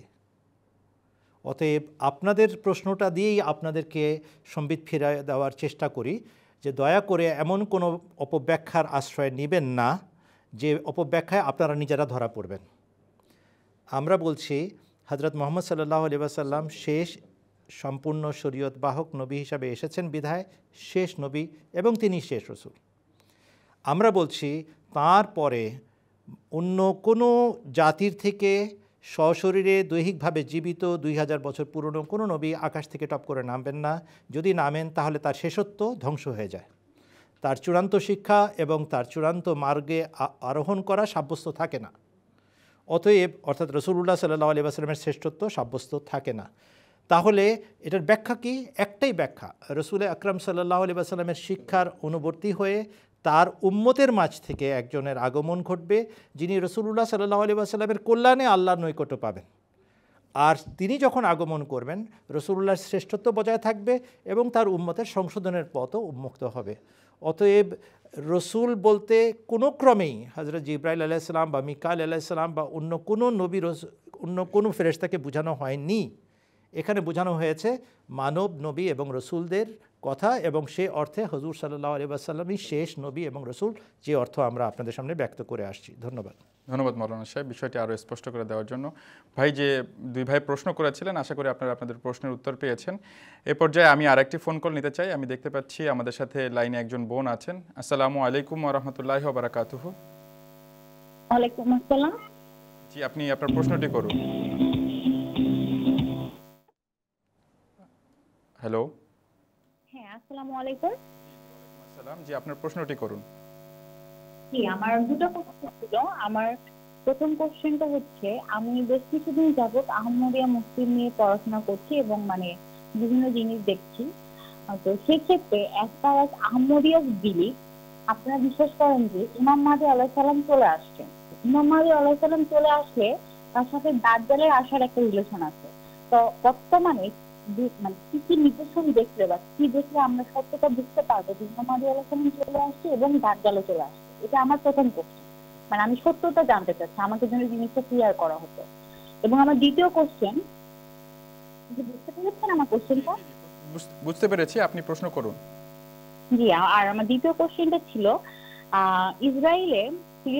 ইসরায়েলে ইহুদিরা মসজিদুল আকসা, মুসলমানদের পবিত্র মসজিদুল আকসা ভেঙে থার্ড টেম্পল তৈরি করার প্রস্তুতি নিচ্ছে। সেক্ষেত্রে আমরা জানি যে থার্ড টেম্পল যদি তৈরি করা হয়, ইমাম মাহদী আলাইহিস সালামের আগমন ঘটবে এবং দাজ্জালেরও আগমন ঘটবে। এটা আমরা নর্মাল মুসলমানরা বিশ্বাস করি, কিন্তু আহমদিয়া মুসলমানরা বিশ্বাস করে অলরেডি ইমাম মাহদী আলাইহিস সালাম চলে আসছে। তাহলে আমাদের কোনটা গ্রহণ করা উচিত বা কোনটাকে সত্য হিসাবে গ্রহণ করা উচিত, যে নর্মাল মুসলমানদের বিলিফটা নাকি অ্যাজ পার অ্যাজ আহমদিয়া মুসলমানদের বিলিফটা? এই দুটো আমার প্রশ্ন। জি, ধন্যবাদ বোন আপনার প্রশ্নের জন্য। আমি প্রশ্ন দুটো নিয়ে হাজরে আহমদ আল মুনিম সাহেবের কাছে যেতে চাই। জি, আমি আসলে দ্বিতীয় প্রশ্নটা আমার কাছে ক্লিয়ার ছিল না। আচ্ছা, ঠিক আছে। প্রথম প্রশ্নটা হচ্ছে ইমাম মাহদী আসলেন, দাজ্জাল কোথায় বা দাজ্জাল আমরা দেখতে পাচ্ছি না, বিষয়টা তিনি বুঝতে পারছেন কিন্তু আবার পুরোপুরি ক্লিয়ারও না। আর দ্বিতীয় প্রশ্নটা ছিল ইসরায়েলিরা মসজিদুল আকসায় কি করছে? মসজিদুল আকসাকে, এটা ওনার কথা একটু জড়ানো ছিল, যেটা ওনার সারাংশ ছিল যে সারা পৃথিবীর মুসলমানরা বলছে ইমাম মাহদী আলাইহিসসালাম আসার সময় হয়নি, কিন্তু আপনারা বলছেন ইমাম মাহদী আলাইহিসসালাম এসে গেছেন। বিষয়টি বুঝিয়ে বলুন। আচ্ছা, ঠিক আছে। যে বোন প্রশ্ন করলেন, দেখুন ইমাম মাহদী এসেছেন, দাজ্জাল কোথায়? খুবই স্বাভাবিক। রাসূলুল্লাহ সাল্লাল্লাহু আলাইহি সাল্লাম ঈসা ইবনে মরিয়মের যেই বর্ণনা করেছেন, এবং সেখানে ঈসা ইবনে মরিয়মের কথাই বলেছেন যে তার হাতে দাজ্জাল বধ হবেন। তো ঈসা আলাইহিস সালামের হাতে দাজ্জাল নিহত হবে, এটা বলা আছে হাদিসে। সরাসরি ইমাম মাহদী দাজ্জালকে হত্যা করবেন এটা সরাসরি উল্লেখ নাই, রয়েছে ঈসা নবিউল্লাহ এসে দাজ্জালকে বধ করবেন, দাজ্জালকে হত্যা করবেন। তো এই বিষয়টা আপনার প্রথমে মাথায় রাখতে হবে। আপনি যেহেতু ইমাম মাহদীর সাথে এটাকে কানেক্ট করছেন বা যুক্ত করছেন, একেবারে ঠিক করছেন, কারণ রাসূলুল্লাহ সাল্লাল্লাহু আলাইহি সাল্লাম একদম স্পষ্টভাবে বলেছেন ওয়ালাল মাহদিয়ু ইল্লা ঈসা ইবনে মারইয়াম, ঈসা ইবনে মরিয়ম ছাড়া কোনো মাহদী নাই। অর্থাৎ ইমাম মাহদী এবং ঈসা ইবনে মরিয়ম, এই উম্মতের ঈসা ইবনে মরিয়ম একই ব্যক্তি হবেন। এখন আসুন দাজ্জাল কোথায়। দাজ্জাল সম্পর্কে রাসূলুল্লাহ সাল্লাল্লাহু আলাইহি সাল্লামের সুস্পষ্ট ঘোষণা রয়েছে, যদি তোমরা দাজ্জালের ফিতনা থেকে, দাজ্জালের নৈরাজ্য থেকে বাঁচতে চাও তাহলে সূরা কাহাফের প্রথম 10 আয়াত আর শেষ 10 আয়াত পড়ো। সূরা কাহাফের প্রথম 10 আয়াতে কোনো দানবের উল্লেখ আছে? কোনো বিশাল বড় মানে অতি মানবীয়, অতি প্রাকৃত কোনো দানবের উল্লেখ কি আমরা দেখতে পাই? মোটেও না। আমরা দেখতে পাই সূরা কাহাফের প্রথম 10 আয়াতে একটা জাতির উল্লেখ, ওয়ায়ুনজির আল্লাযিনা ক্বালু ইত্তাখাযাল্লাহু ওয়ালাদা। এই কোরআন সেই লোকদেরকে সতর্ক করার জন্য অবতীর্ণ হয়েছে যারা বলে আল্লাহ এক পুত্র গ্রহণ করেছেন, নাউজুবিল্লাহ। এখন পৃথিবীতে যতগুলো ধর্মমত প্রতিষ্ঠিত প্রচলিত বড় বড় যে ধর্মমতগুলো রয়েছে, তার মধ্যে কোন ধর্মে বলা হয় আল্লাহর এক পুত্র আছে? ত্রিত্ববাদ বা ট্রিনিটির কথা আমরা সবাই জানি। খ্রিস্টানরা অবশ্যই এটা স্বীকার করে খোদা তিন, এবং আমরা যে আল্লাহর বান্দা, হযরত ঈসা আলাইহিস সালাম যে আল্লাহর বান্দা, তাকেও তারা খোদা হিসেবে মানে। কিন্তু যখন নাম জপ করতে হচ্ছে চট করে বলছে জিসাস, মানে ঈশ্বর পুত্র, ঈশ্বর, নাউজুবিল্লাহ। ঈসা আলাইহিস সালামকে ঈশ্বর পুত্র বলে আখ্যা দিচ্ছে। তো একদম স্পষ্ট কারা আল্লাহর প্রতি এক পুত্র আরোপ করে। অতএব রাসূলুল্লাহ সাল্লাল্লাহু আলাইহি সাল্লামের ভাষ্য অনুসারে হাদিস কোরআন শরীফের সূরা কাহাফের প্রথম 10 আয়াতের মধ্যে দাজ্জালের উল্লেখ আমরা দেখতে পাচ্ছি, খ্রিস্টান জাতির উল্লেখ। আবার সূরা কাহাফের শেষ 10 আয়াতের দিকেও যদি যান, সেখানেও একটা জাতির উল্লেখ রয়েছে যারা কিনা আফাহাসিবাল্লাযিনা কাফারু আইয়াত্তাখিযু ইবাদি মিন দুনি আউলিয়া, যারা কুফর করেছে, যারা অস্বীকার করেছে, তারা কি মনে করে যে আমার বান্দাদেরকে বাদ দিয়ে, আমাকে বাদ দিয়ে আমার বান্দাদের জন্য অন্য কোনো বন্ধু বা অন্য কোনো অভিভাবক তারা বানিয়ে নেবে। এবং এর পরের আয়াতগুলোতে আল্লাযিনা যাল্লা সাইয়ুহুম ফিল হায়াতে দুনিয়া ওয়াহুম ইয়াহসাবুনা আন্নাহুম ইউহসিনুনা সুনআ, সেই জাতি যাদের যাবতীয় চেষ্টা প্রচেষ্টা এই পার্থিব জীবনেই হারিয়ে গিয়েছে, এই পার্থিব জীবনকে অর্জনের জন্যই তারা সব কিছু খুইয়ে দিয়েছে, সব কিছু ব্যয় করে দিয়েছে, এবং তারা মনেও করে যে তারা তো অসাধারণ কিছু আবিষ্কার করছে, বানাচ্ছে, সৃষ্টি করছে। আন্নাহুম ইয়াহসিনুনা সুনআ, তারা অসাধারণ সানাত বা সৃষ্টিকর্ম তারা করে যাচ্ছে। কারা করছে? এই পৃথিবীতে এখন বড় বড় হাইরাইজ বিল্ডিং বলেন, বিশাল বিশাল মাটির তলে দিয়ে বা সমুদ্রের তলে দিয়ে টানেল বানানো হচ্ছে, আন্ডারগ্রাউন্ড রেলের কথা বলেন, প্রত্যন্ত এলাকায় ব্রিজ বা টানেল দিয়ে বিভিন্ন রকম যানবাহনের আসা যাওয়া, মহাশূন্যে সবখানে বিচরণ জাগতিকভাবে কাদের? খ্রিস্টান পরাশক্তিগুলোর এবং খ্রিস্টান জাতিগুলোর। অতএব রাসূলুল্লাহ সাল্লাল্লাহু আলাইহি সাল্লামের সুস্পষ্ট সতর্কবাণী এদিকে ইঙ্গিত করছে যে দাজ্জাল হচ্ছে খ্রিস্টান জাতি এবং সবচেয়ে বড় ধোঁকাবাজ, যারা কিনা এই কথা বলে আল্লাহ তিনেই এক, একেই তিন, আর এটা নাকি এশিয়ানদের মাথায় ঢোকার মতোই কোনো বিষয় না, এটা খালি আমরাই বুঝি। আশ্চর্য কথা, যেটার উপর তারা নিজেরাও আমল করে না। তো এই বিষয়টা সুস্পষ্ট করে যে দাজ্জাল আসলে খ্রিস্টান জাতি। আপনার যদি চিনার থাকে, আমাদের সুন্দর ফিলারও আছে, আমরা যদি সুযোগ পাই আমরা এক ফাঁকে দেখিয়ে দেবো দাজ্জাল এবং ইয়াজুজ মাজুজের বিষয়ে। আর ইসরায়েলিরা, আমি আসলে দ্বিতীয় প্রশ্নটা আমি ক্লিয়ারলি বুঝতে পারিনি, একটু সাউন্ড জড়িয়েও গিয়েছিল। জি, ওনার সারাংশটা ছিল প্রশ্নের যে সবাই বলছে যে ইমাম মাহদী আলাইহিস সালাম আসে নাই, আপনারা বলছেন আসছে। আমরা কি জন্য বলছি আসছে? আপনারা দেখতে পাচ্ছেন দাজ্জালের ফিতনা সারা পৃথিবীতে ছড়িয়ে গিয়েছে, খ্রিস্টান জাতি মুসলমানদের উপর আক্রমণ করছে। আমরা একটু আগেও এই আলোচনা করছিলাম। তো এই খ্রিস্টানদের তৃত্ববাদের বিরুদ্ধে, তৃত্ববাদী আক্রমণের বিরুদ্ধে কে রক্ষা করেছেন মুসলমানদেরকে? মির্জা গোলাম আহমদ কাদিয়ানী আলাইহিস সালাম নিজে করেছেন? না, আল্লাহর নির্দেশে করেছেন। আল্লাহর পক্ষ থেকে জ্ঞান পেয়ে তিনি ক্রুশ ধ্বংস করার, যেটা ঈসা ইবনে মরিয়ম এবং ইমাম মাহদী এবং ঈসা ইবনে মরিয়ম তার দায়িত্ব ছিল, ইয়াকসিরুস সালিব, ক্রুশ ভঙ্গ করবেন, সেই কাজটা হযরত ইমাম মাহদী আলাইহিস সালাম করেছেন। তো আপনারা বলেন আর কখন দাজ্জাল আসবে, আর কোন দানব আসবে, আর কখন এই ক্রুশ ভঙ্গ করার প্রয়োজন হবে? এই কারণে আমরা বলছি হযরত ইমাম মাহদী যথাসময়ে, যেভাবে করে হাদিস এবং কোরআনে ইঙ্গিত রয়েছে সেগুলো আমরা বিভিন্ন সময় আলোচনা করেছি, যথাসময়ে চলে এসেছেন দেখেই আমরা বলছি ইমাম মাহদী চলে এসেছেন কোরআন এবং হাদিসের মানদণ্ডে। যদি আমরা পরে সুযোগ পাই এই বিষয়ে বিস্তারিত আলোচনা করব। ধন্যবাদ মাওলানা সাহেব সুন্দরভাবে উত্তর দেওয়ার জন্য।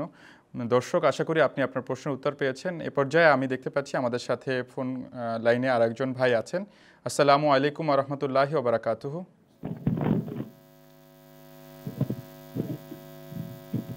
ওয়ালাইকুম আসসালাম। জি ভাই, আপনার প্রশ্নটি করুন। জি, আমার প্রশ্ন হলো, আমি আপনাদের অনেক অনুষ্ঠানে বলতে দেখেছি মির্জা গোলাম আহমদ কাদিয়ানী তিনি উম্মতি নবী, রূপক নবী, কিন্তু মির্জা মাহমুদ সাহেব তার লেখা গ্রন্থে হকিকতুন নবুয়ত পৃষ্ঠা নম্বর 292 লিখেছেন, ইসলামী শরীয়ত নবী শব্দে যে ব্যাখ্যা দেয় সে ব্যাখ্যা হিসাবে হযরত মির্জা সাহেব কিছুতেই রূপক নবী নন, তিনি প্রকৃত অর্থেই নবী। আমার প্রশ্ন 4টা, আপাতত একটা প্রশ্ন রাখলাম। জি জি, ধন্যবাদ ভাই আপনার প্রশ্ন করার জন্য। আপনি আমাদের সাথেই থাকেন, আমরা প্রশ্নের উত্তর নেওয়ার জন্য মাওলানা আব্দুল আউয়াল খান চৌধুরী সাহেবের কাছে যাচ্ছি। ধন্যবাদ আপনাকে। যিনি দাবি করেছেন তিনি স্পষ্ট করে বলেছেন যে তিনি কি অর্থে নবুয়তের দাবি করেছেন। হাকিকাতুল ওয়াহি, যেটা 1907 সালে রচিত, সেখানেও তিনি কথা বলেছেন, আমি কেবল নবী হবার দাবি করি নাই, এক আঙ্গিকে আমি নবী, এক আঙ্গিকে আমি উম্মতি, আমার সমস্ত চাওয়া এবং পাওয়া হযরত মুহাম্মদ মুস্তাফা সাল্লাল্লাহু আলাইহি ওয়াসাল্লামের মাধ্যমে এবং তার কারণে। অতএব আমাকে কেবল নবী বললো না, আমাকে উম্মতি নবী বললো। এই কথা অন্যান্য জায়গায়ও হযরত আকদাস মির্জা গোলাম আহমদ কাদিয়ানী আলাইহিস সালাম বলেছেন। দেখেন, সূক্ষ্মতাটাকে ভালো করে লক্ষ্য করেন। একদিক থেকে তিনি উম্মতি, একদিক থেকে তিনি নবী। এই সুযোগটা নিয়ে আহমদিয়া জামাতের মধ্য থেকে এক দল বলছে যে তিনি মোটেও নবী না, কেননা তিনি সব কিছু হযরত মুহাম্মদ সাল্লাল্লাহু আলাইহি ওয়াসাল্লামের মধ্যস্থতায় পেয়েছেন। তাদের ভুল ভাঙানোর জন্য হযরত মির্জা গোলাম আহমদ কাদিয়ানী আলাইহিস সালামের দ্বিতীয় খলিফা স্পষ্ট করেছেন যে তোমরা এই অংশটাকেও অগ্রাহ্য করতে পারো না। এক অর্থে তিনি নবীও, আবার এক দিক থেকে তিনি উম্মতিও বটে। এই যে দুই দিকে বাড়াবাড়ি, অর্থাৎ একটাকে নিয়ে মাতামাতি হচ্ছে, আরেকটাকে ছেড়ে দেওয়া হচ্ছে, এইটাকে ঠিক ব্যালেন্স করার জন্য সেই অংশে যেখান থেকে আপনি উদ্ধৃত করছেন সেখানে নবুয়তের বিষয়টা স্পষ্ট করা হচ্ছে যে দেখো, তাকে তোমরা তোমাদের সাধারণ মানুষের মতো মনে করো না। তুমি যদি তাকে সাধারণ মনে করো, তিনি ঐক্যবদ্ধ করার যোগ্যতাই রাখেন না। আল্লাহ তাআলা তাকে বিশেষ কর্তৃত্ব এবং যোগ্যতা দিয়ে পাঠিয়েছেন নিজের পক্ষ থেকে মনোনয়ন করে। অতএব সেই দিকটা যেটা নবুয়তের দিক সেই দিকটাও লক্ষ্য রাখো। তবে হ্যাঁ, কোনো জায়গায় তিনি যে উম্মতি এবং রাসূলুল্লাহ সাল্লাল্লাহু আলাইহি ওয়াসাল্লামের অনুসরণের কারণে পেয়েছেন এই কথা হযরত খলিফাতুল মসিহ সানি অস্বীকার করেন নাই, করতেই পারেন না। কিন্তু এখানে যেখানে জোর দেওয়া হচ্ছে সেটা হচ্ছে, দেখো এটা নবুয়তের বিষয়, তাকে তোমাদের সাধারণ মানুষের মতো মনে করো না, কেননা যদি সাধারণ মানুষই সমাধান করতে পারতো তাহলে নবুয়তের দরকারই ছিল না। এখন আমি কথাটা একটু বুঝিয়ে বললে আপনি বুঝবেন বিষয়টা কী বলছি আমি। ধরেন আমরা সবাই রাজা আমাদেরই রাজার রাজত্বে, এবং আমরা সবাই মাদ্রাসার হাইয়েস্ট ডিগ্রি দরায় হাদিস পাশ টাস করে অস্থির। যতটুকু আমরা আরবি জানার সেটাও পাশ করেছি, যতটুকু তাফসির পড়া সেটাও পড়েছি, যতটুকু হাদিস পড়া সেটাও পড়েছি, আরবি ব্যাকরণ, সার্ফ বা নাহাফ, হিমাসা, সাবা, মোয়াল্লাকা সব কিছু মুখস্থ করেছি, বেজাবি, কাশাফ সব মুখস্থ করে ফেলেছি। আপনি যা জানেন আমিও তা জানি, ইনি যা জানেন উনি তা জানেন, সবাই আমরা মাতব্বর। এক করতে পারবেন আমাদেরকে? যোগ্যতার দিক থেকে যদি সবাই সমান হয় এবং কেউ যদি কারো উপরে নির্ভরশীল না হয়, নিজের নিজের খায়, নিজের নিজের ব্যবসা করে, কেউ কি এই জাতিকে একত্র করতে পারবে? কোনো নেতৃত্ব স্থাপন করে দেখাতে পারবে এদের মাঝে? কখনো পারবে না। কখনো এক হবে জাতি যখন ঐশী নেতৃত্ব কাউকে দান করা হবে। এটা এমন একটি বিষয়, এমন একটি কর্তৃত্ব যেটা একজনকে দেওয়া হয় জগৎকে এক করার উদ্দেশ্যে। সেই দিকে মনোযোগ আকর্ষণ করার জন্য তিনি এখানে এই কথাটা বলেছেন। দেখুন, এই কথাটা বোঝার জন্য যদি আপনার আরও রেফারেন্স দরকার হয় আমরা আপনাকে সাহায্য করতে প্রস্তুত। হজরত আকদাস মসিহ মাউদ আলাইহিসসালাতু ওয়াসসালাম বারবার বলছেন, আমার নবুয়তের দাবিতে কেউ যেন এই কথা মনে না করে আমি হজরত মুহাম্মদ সাল্লাল্লাহু আলাইহি ওয়াসাল্লামের উপর দিয়ে ডিঙিয়ে গিয়ে আল্লাহকে পেয়েছি। নেভার। এবং আমি স্বয়ং সম্পূর্ণ নবী নই, আমি পরনির্ভরশীল নবী। আমার সমস্ত নবুয়ত নির্ভর করছে কার উপর? হজরত মুহাম্মদ মুস্তাফা সাল্লাল্লাহু আলাইহি ওয়াসাল্লামের উপর। এবং তিনি নিজে এই ব্যাখ্যা বিশ্লেষণ বারবার দিয়েছেন, জীবনের শেষ মুহূর্ত পর্যন্ত দিয়েছেন। আমি আপনার মনোযোগ আকর্ষণ করছি তার জীবদ্দশার শেষ চিঠি, যেটা আখবারে আম পত্রিকাতে 26শে মে সকালবেলা, যেদিন হজরত মির্জা গোলাম আহমদ কাদিনী আলাইহিস সালাম তার দায়িত্ব শেষ করে আল্লাহর কাছে ফিরে যাচ্ছেন, সেই দিন প্রকাশিত হয়েছিল লাহোর থেকে। আর সেখানেও তিনি বলেছিলেন, আমি এক আঙ্গিকে হজরত মুহাম্মদ সাল্লাল্লাহু আলাইহি ওয়াসাল্লামের উম্মত এবং কোরআনের অনুসারী, আরেক আঙ্গিকে আল্লাহ তাআলা আমাকে তার নৈকট্য দিয়েছেন এবং গায়েবের সংবাদ বেশি করে দান করেছেন, বিধায় আমি নবী। আমি কখনো এই কোনো আঙ্গিককে অস্বীকার করতে পারি না। অতএব দয়া করে ভারসাম্যপূর্ণ বিশ্বাস যেটা আমরা পোষণ করি সেটাকে পুরোপুরিভাবে দেখে সেটা ব্যক্ত করবেন। ধন্যবাদ আপনাকে। জি ধন্যবাদ মৌলানা সাহেব। আমাদেরকে জানানো হয়েছে যে আমাদের এই প্রশ্নকারী ভাই আমাদের সাথে লাইনে আছেন। ভাই, আপনি কি আপনার প্রশ্নের উত্তর পেয়েছেন? উত্তর আমি পেয়েছি ইনশাআল্লাহ, মাশাআল্লাহ, ভালো লাগলো। জি, আপনি আমাদের সাথে লাইনে থাকুন। আরেকটা প্রশ্ন করতে যাচ্ছি। জি, আপনি আমাদের সাথে প্রশ্ন করবেন, আপনি করে ফেলেন, দ্রুত প্রশ্নটা করে ফেলেন। আমরা আমাদের মির্জা গোলাম আহমদ কাদিয়ানী হযরত মুসা নবী, হযরত ঈসা নবী, অন্যান্য নবী আলাইহিদের মতো কি নবী, এটা জানতে চাই। জি জি জি ধন্যবাদ ভাই আপনার প্রশ্নের জন্য। আমরা এখন বিরতিতে যাব। আমরা দেখতে দেখতে প্রায় 1 ঘন্টা পার করে ফেলেছি। আশা করি যারা আমাদের সাথে ছিলেন, আমাদের অনুষ্ঠান উপভোগ করছিলেন, আপনারা বিরতির পরও আমাদের সাথে থাকবেন, এই আশাবাদ ব্যক্ত করে আমরা বিরতিতে যাচ্ছি। আসসালামু আলাইকুম ওয়া রাহমাতুল্লাহি ওয়া বারাকাতুহু।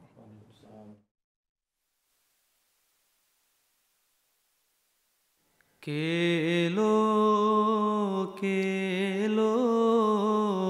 আরবের সাহারায়, লক্ষ কোটি তারা চাঁদ সূরজ উথলায়, সে মুহাম্মদ আরাবী নবী আমারি, সাল্লু আলাইহি ওয়া আলিহি, সাল্লু আলাইহি ওয়া আলিহি।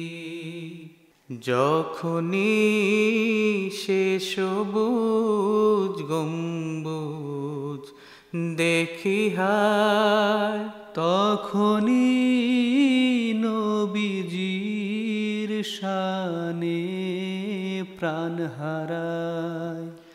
জানি না কি মধু আছে চেয়ে থাকি, সাল্লু আলাইহি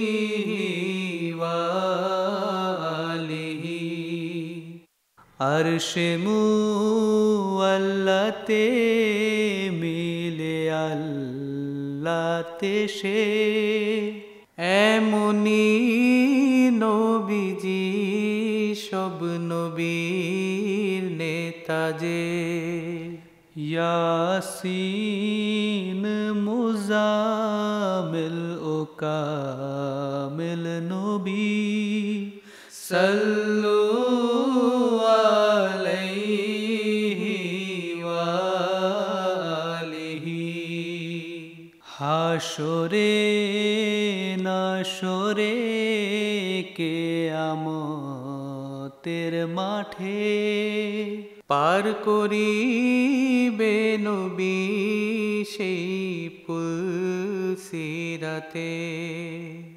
বলিবে আল্লাহ উম্মতি উম্মতি সাল্লু আলাইহি ওয়া আলিহি খোদা দেখার আইনা নবী মুস্তাফা আহমদ মুজতবা নবী মুক্তাদা গোলাম আহমদ গোলামিতে হইল মসি সাল্লু আলাইহি ওয়া আলিহি সাল্লু আলাইহি ওয়া আলিহি সাল্লু আলাইহি ওয়া আলিহি।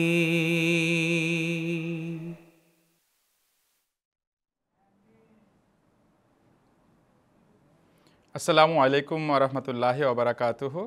বিরতির পর পুনরায় আমরা ফিরে আসলাম। দর্শক, আমরা এক ভাইয়ের প্রশ্ন নিচ্ছিলাম, আব্দুর রহমান ভাইয়ের। ওনার একটা প্রশ্ন ছিল যে হজরত মির্জা গোলাম মোহাম্মদ কাদিয়ানী আলাইহিস সালাম কি মুসা বা ঈসা আলাইহিসসালামদের মতোই নবী কিনা? মৌলানা আব্দুল আল খান চৌধুরী সাহেব যদি উত্তর দিতেন। ভাইয়ের গভীর প্রশ্নের জন্য আরেকবার ধন্যবাদ দিয়ে উত্তর দেওয়ার চেষ্টা করি। আমার প্রশ্ন আছে উল্টো, হজরত মুসা এবং হজরত ইব্রাহিম আলাইহিস সালামের আগে কি হজরত মুহাম্মদ সাল্লাল্লাহু আলাইহি ওয়াসাল্লামের আবির্ভাব ঘটেছিল? যদি তার নবী হিসেবে আগমন ঘটে থাকে তাহলে তাদেরকেও আনুগত্য করেই নবুয়ত পেতে হতো, কিন্তু ঘটনা তেমন ঘটেনি, কেননা হজরত মুহাম্মদ সাল্লাল্লাহু আলাইহি ওয়াসাল্লাম তাদের আগে আবির্ভূত হননি নবী হিসাবে। যেহেতু হন নাই, এই জন্য তারা নিজ গুণে আল্লাহর কাছ থেকে নবুয়তের নিয়ামত লাভ করেছেন। হজরত মির্জা গোলাম আহমদ কাদিয়ানী আলাইহিস সালামের আগমন ঘটছে হজরত মুহাম্মদ সাল্লাল্লাহু আলাইহি ওয়াসাল্লামের আবির্ভূত হবার পর, আর হজরত রসুল আকরাম সাল্লাল্লাহু আলাইহি ওয়াসাল্লামের মাধ্যমে নবুয়তের পরমত্ব চরমত্ব লাভ হয়ে গেছে। এই শ্রেষ্ঠত্ব লাভ করার পর যাকে আল্লাহ লাভ করতে হবে, ওই শ্রেষ্ঠ বান্দার অনুসরণ করেই লাভ করতে হবে। এই তফাত হজরত আকদাস মির্জা গোলাম আহমদ কাদিয়ানী আলাইহিস সালামের নবুয়ত এবং অন্যান্য সমস্ত পূর্ববর্তী নবুয়তের মধ্যে বিদ্যমান।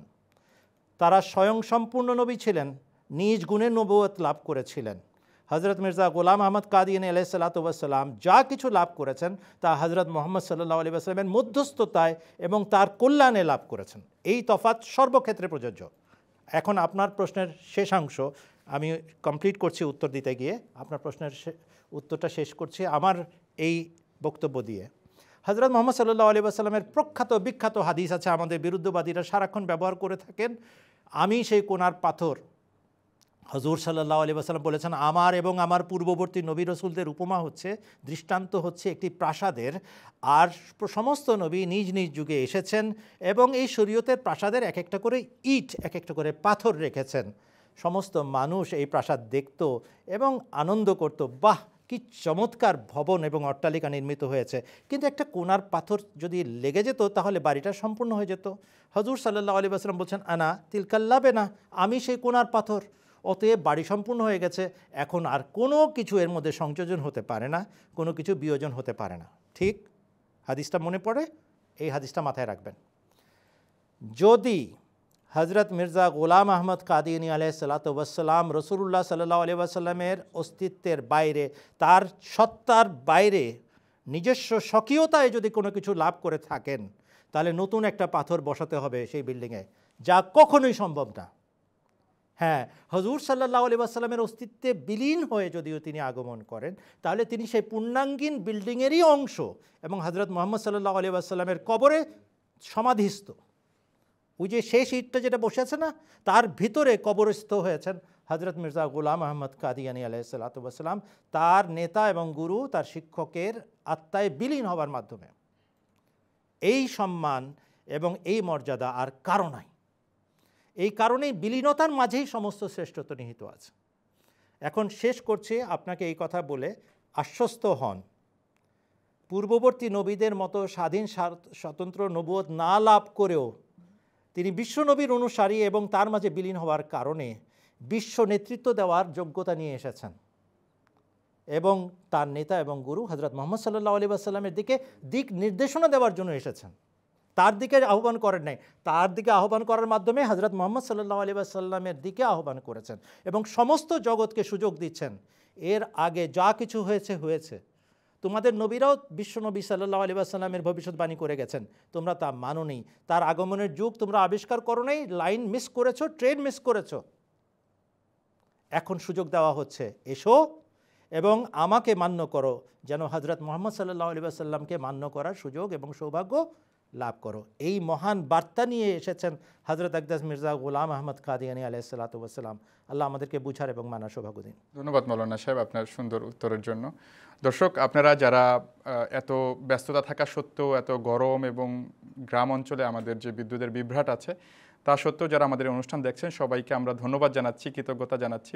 আপনারা যদি আমাদের সম্পর্কে আরও জানতে চান, তাহলে আপনারা আমাদের যে ওয়েবসাইট আছে www.ahmadiabangla.org, সেখানে ভিজিট করতে পারেন। সেখানে বিভিন্ন ধরনের জামাতের পুস্তক, প্রবন্ধ এবং সাময়িকী, এছাড়াও হুজুরের বাংলা খুতবার একটা ডাইজেস্ট রয়েছে। এছাড়া আপনারা আমাদের ইউটিউব চ্যানেল ভিজিট করতে পারেন, সেখানে সত্যের সন্ধানের ইন্ডেক্সিং সহ বিষয়ভিত্তিক আকারে প্রশ্ন সাজানো সহ বিভিন্ন প্রশ্ন আপনারা সেখানে দেখতে পারেন এবং উত্তর সেখান থেকে জেনে নিতে পারেন। আজ বাংলাদেশের একটি বহুল প্রচারিত পত্রিকা মানবকণ্ঠের ৩য় পৃষ্ঠায় আজকে আমাদের যে সত্যের সন্ধানের যে বিজ্ঞাপন আছে সেটি ছাপানো হয়েছে। যারা আহমদি ভাই আছেন তারা এই বিজ্ঞাপনের মাধ্যমে আপনার আহমদি বন্ধু বান্ধব এবং জেরে তবলিগদের কাছে এই খবর পৌঁছাতে পারেন, এবং যারা আহমদি আছেন এই বিজ্ঞাপনে যে ঠিকানা ব্যবহার করা হয়েছে সেই ঠিকানায় গিয়ে আমাদের এই অনুষ্ঠান উপভোগ করতে পারেন। এছাড়াও আপনারা আমাদের যে সামাজিক যোগাযোগ মাধ্যমগুলোর যে ঠিকানা আছে, ফেসবুক, এক্স কিংবা ইনস্টাগ্রামে, সেখানেও ফলো করতে পারেন। এ পর্যায়ে আমি একটি ফোন কল নিতে চাই। আমি দেখতে পাচ্ছি আমাদের সাথে একজন মেহমান ভাই আছেন। আসসালামু আলাইকুম ওয়া রাহমাতুল্লাহি ওয়া বারাকাতুহু। আসসালামু আলাইকুম। ওয়া আলাইকুম আসসালাম। জি ভাই, আপনি প্রশ্নটি করুন। আমি রুবেল আহমেদ, মিরপুর 12 থেকে বলছিলাম। আমার দুইটা প্রশ্ন। প্রথম প্রশ্ন হচ্ছে, মুহাম্মদ ইসলামের ভবিষ্যৎবাণী আছে শেষ যুগে ইমাম মাহদী আলাইহিস সালাম আসবে, কিন্তু বর্তমান যুগের যে প্রেক্ষাপট, বর্তমান যুগের যে মানুষের ঈমান সুরায়া নক্ষত্রে চলে যাওয়ার উপক্রম আমরা বিভিন্নভাবে দেখতে পাচ্ছি সোশ্যাল মিডিয়ার কল্যাণে। মাদ্রাসার ইমাম বা মাদ্রাসা শিক্ষকদের মাধ্যমে শিশুরা বলাৎকার হচ্ছে এবং সোশ্যাল মিডিয়ায় বিভিন্ন আলেমদের ওয়াজ মাহফিলে আমরা দেখতে পাচ্ছি ইমাম মাহদী আলাইহিস সালামকে নিয়ে বিভিন্ন মিথ্যা মানে বিভ্রান্তকর বক্তব্য দেওয়া হচ্ছে। এবং বর্তমান যুগের প্রেক্ষাপটে ভাইয়ের সম্পদ দিচ্ছে না, ভাইয়ের সম্পর্ক থাকছে না, বোনের সম্পর্ক থাকছে না, পিতামাতার সাথে সন্তানের সম্পর্ক থাকতেছে না। তো এইটার বিষয়ে আমি একটু বিস্তারিত জানতে চাচ্ছি। আর আমার দ্বিতীয় প্রশ্ন হচ্ছে, ইসরায়েল যে সহিংসতা বর্বরতা চালাচ্ছে নিরীহ ফিলিস্তিনিদের উপরে, এবং আমরা সোশ্যাল মিডিয়ার কল্যাণে যতটুকু জানতে পারছি যে তাদের যে ইসরায়েল হচ্ছে আপনার ফিলিস্তিনিদের যে বাপি মসজিদটা আছে, আল আকসা মসজিদ, এইখানে হচ্ছে থার্ড টেম্পল ভেঙে থার্ড টেম্পল তৈরি করবে। এই সম্পর্কে হচ্ছে ইসলাম কি বলে? জি, ধন্যবাদ ভাই আপনার প্রশ্নের জন্য। মাওলানা হাজারী আহমদ আল মুনিম প্রশ্নের উত্তর দেওয়ার জন্য অনুরোধ করছি। জাযাকুমুল্লাহ। আমি চেষ্টা করছি, কারণ তিনি মোটামুটি বলেই দিয়েছেন যুগের অবস্থা, এই রসাতলে যাওয়া অবস্থা। দেখুন ভাই, ব্যাপারটা হচ্ছে ইমাম মাহদী যখন আসবেন সেই যুগের বিভিন্ন লক্ষণ রাসূলুল্লাহ সাল্লাল্লাহু আলাইহি সাল্লাম পবিত্র হাদিস শরীফে উল্লেখ করেছেন, আর পবিত্র কোরআন শরীফেও ইমাম মাহদীর আগমনের যুগ বা যে কোনো আল্লাহ তাআলার পক্ষ থেকে প্রত্যাদিষ্ট ব্যক্তি সতর্ককারী আসবেন, সেই যুগের কিছু লক্ষণ পবিত্র কোরআন শরীফে বর্ণিত আছে। যেমন ধরুন, এই যুগে আমরা বিভিন্ন প্রাকৃতিক দুর্যোগের আকারে অথবা যুদ্ধবিগ্রহের আকারে এমন সব ধ্বংসযজ্ঞ এবং আযাব আসতে দেখছি যেটা আমাদেরকে স্মরণ করিয়ে দেয় কোরআন শরীফের সেই আল্লাহ তাআলার অমোঘ ঘোষণা, ওয়ামা কুন্না মুআজ্জিবিনা হাত্তা নাবাসা রাসূলা। আমরা কোনো রসুল, কোনো সতর্ককারী, কোনো বার্তাবাহককে না পাঠিয়ে আযাব দেই না। এই যে ভয়াবহ আযাব আল্লাহ তাআলার পক্ষ থেকে আসছে, এগুলোও ইঙ্গিত করছে যে একজন সতর্ককারী নিশ্চয়ই এসেছেন। সূরা সাফফাতের আয়াতেও রয়েছে ওয়ালাকাদ দাল্লা ক্বাবলাহুম আকসারুল আউয়ালিন ওয়ালাকাদ আরসালনা ফীহিম মুনজিরিন, যে এর আগেও অধিকাংশ মানুষ যখন পথভ্রষ্ট হয়েছে তখন আমাদের পক্ষ থেকে সতর্ককারী আমরা ওয়ালাকাদ আরসালনা ফীহিম মুনজিরিন, আমরা তাদের কাছে সতর্ককারী পাঠিয়েছি। তো এটা বেসিক বা একদম মৌলিক নিয়ম, আল্লাহ তাআলা নীতি বর্ণনা করে দিচ্ছেন যে কোন সময় আল্লাহ তাআলা সতর্ককারী পাঠান, কোনো একজন ব্যক্তিকে তার পক্ষ থেকে প্রত্যাদিষ্ট করে পাঠান। আর আপনি নিজেই বললেন রাসূলুল্লাহ সাল্লাল্লাহু আলাইহি ওয়াসাল্লামের হাদিসে ভবিষ্যৎবাণী ছিল, রাসূলুল্লাহ সাল্লাল্লাহু আলাইহি ওয়াসাল্লাম বলেছেন যে মানুষের উপর এমন একটা যুগ আসতে যাচ্ছে যখন লা ইয়াবকা মিনাল ইসলামে ইল্লা ইসমুহু, ইসলামের নাম ছাড়া আর কিছু বাকি থাকবে না। ওয়ালা ইয়াবকা মিনাল কোরআনে ইল্লা রাসমুহু, কোরআনের প্রচলিত পাঠ ও পঠন এটা ছাড়া এর উপর আমল প্রকৃত অর্থে সেই জিনিসটা থাকবে না। আর আলেমুল আমাদের সেই হাদিসের মধ্যে এটা বলা আছে, মাসাজিদুহুম আমিরাতুন ওয়াহিয়া খারাবু মিনাল হুদা, মসজিদগুলো খুব জৌলুসপূর্ণ হবে, জনবহুলও হবে, কিন্তু হেদায়েত শূন্য হবে, মানুষের মাঝে সেই হেদায়েত থাকবে না। উলামা উ হুম শাররুম মান তাহতা আদিমিস সামা, তাদের আলেমরা, রাসূলুল্লাহ সাল্লাল্লাহু আলাইহি ওয়াসাল্লাম নিজে তার প্রতি আরোপ করেননি, বলেছেন তাদের আলেমরা, উলামা উ হুম, তাদের আলেমরা আকাশের নিচে নিকৃষ্টতম প্রাণী হবে। তো তারা যা করছে, আপনি তো উদাহরণ দিলেন, আমরা আর সেই কথাগুলো নাই উল্লেখ করলাম, আমরা সবাই জানি, আমরা সংবাদপত্র দেখি। তো এরপরেও মানুষ যদি বুদ্ধি না খাটায়, চোখ না খোলে, আমরা কি করতে পারি ভাই? আমরা আমাদের দাওয়াত পৌঁছানোর চেষ্টা করে যেতে পারি, এরপর যদি তারা না শুনেন, এটা তারা তাদের হিসাব দেবেন আল্লাহ তাআলার কাছে যে এই সব কিছু দেখার পরেও, এই সব কিছু শোনার পরেও তোমরা কেন খুঁজলে না যে আমার পক্ষ থেকে সতর্ককারী কে ছিল। আর দ্বিতীয় যে প্রশ্নটা, থার্ড একটা টেম্পল তারা বানানোর ঘোষণা দিচ্ছে বা বলছে, দেখুন ইসরায়েলের আপাতত ইসরায়েলের সেখানে কর্তৃত্ব রয়েছে, তারা বানানোর চেষ্টা করছে, আমরা সেই বিতর্কে যাচ্ছি না। তবে এই বিষয়টা আমরা ভালো মতো স্মরণ করিয়ে দিতে চাই, মুসলমানদের এই কথাটা স্মরণ রাখা দরকার। মসজিদুল আকসা অবশ্যই একসময় মুসলমানদের কিবলা ছিল, আল্লাহ তাআলার নির্দেশেই ছিল, এবং এরপর আল্লাহ তাআলা রাসূলুল্লাহ সাল্লাল্লাহু আলাইহি ওয়াসাল্লামের আকর্ষণ কিন্তু সবসময় কাবা ঘরের দিকেই ছিল, এবং আল্লাহ তাআলা রাসূলুল্লাহ সাল্লাল্লাহু আলাইহি ওয়াসাল্লামের এই প্রিয় কাবা ঘরের দিকে মুসলমানদের কিবলা নির্ধারণ করে দেন কিয়ামত পর্যন্ত।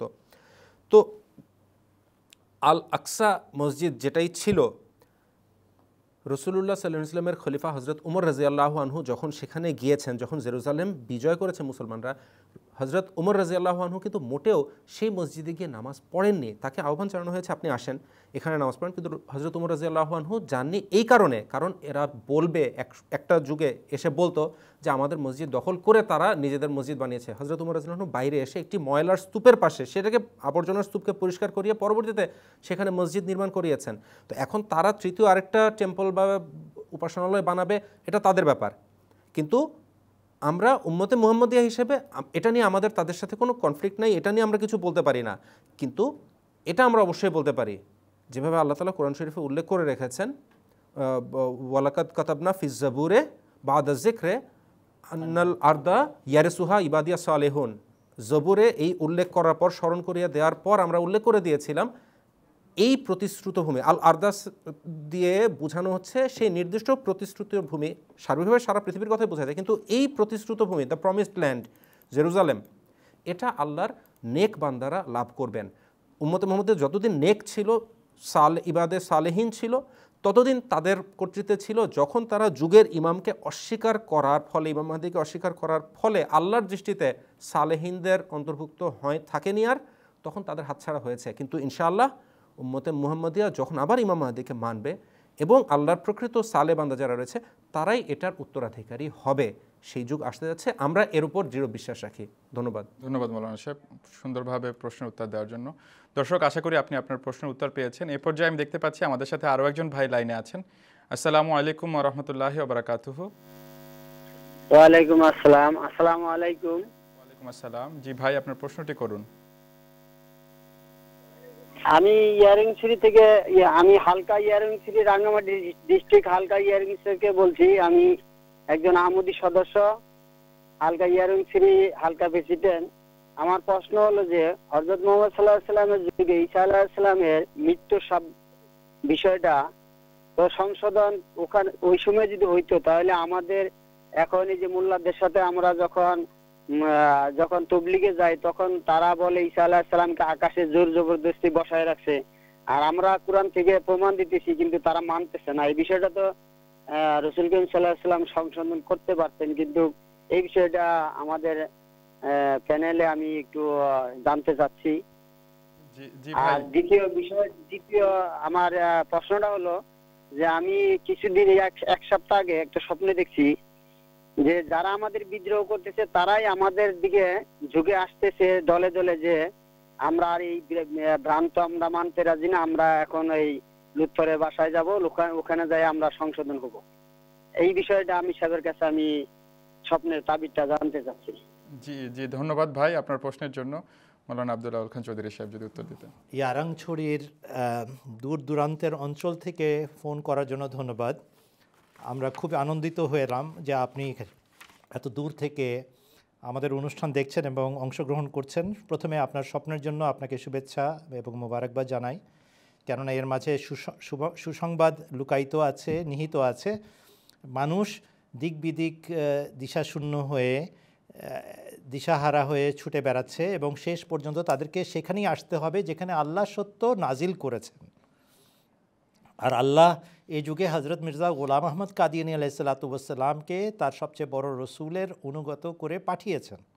অতএব এখানেই ঠাঁই নিবে লোকেরা, আর সেটার দিকেই আপনার এই স্বপ্ন ইঙ্গিত করছে যে সেখানে যে ইমাম মাহদী আলাইহিস সালামের শিষ্য আছে তার কাছে যাও, সেখানে গিয়ে সত্য গ্রহণ করো, আপনার দায়িত্ব বাড়বে এবং সেই অনুযায়ী আপনার নামাজ এবং ইবাদত এবং দোয়া এবং কোরআন চর্চা, আল্লাহর সাথে সম্পর্ক, রসুলের প্রেম যেন বৃদ্ধি পেতে থাকে, এদিকে লক্ষ্য রাখবেন। এটা গেল প্রথমে স্বপ্নের বিষয়ে আপনাকে উত্তর দিলাম।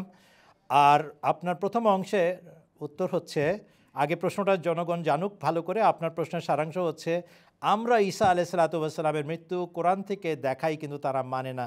রাসূলুল্লাহ সাল্লাল্লাহু আলাইহি ওয়াসাল্লাম কেন এই ব্যাপারে সরাসরি বলে গেলেন না? তাহলে তো মানত। আমি প্রশ্ন করি ভাই আপনাকে, সুপ্রিম কোর্টের রায় যদি কোনো জাতি না মানে, তাদেরকে হাইকোর্টের রায় শুনিয়ে লাভ আছে? ধর্মজগতের সুপ্রিম কোর্ট হচ্ছে আল কোরআন। যদি মৌলানা মৌলভি আল্লাহর বান্দা হয়ে থাকে এবং রসুলের উম্মত হয়ে থাকে, আল কোরআনকে না মেনে তার কোনো উপায় নাই। সেই আল কোরআন যার মধ্যে কোনো সন্দেহ নাই।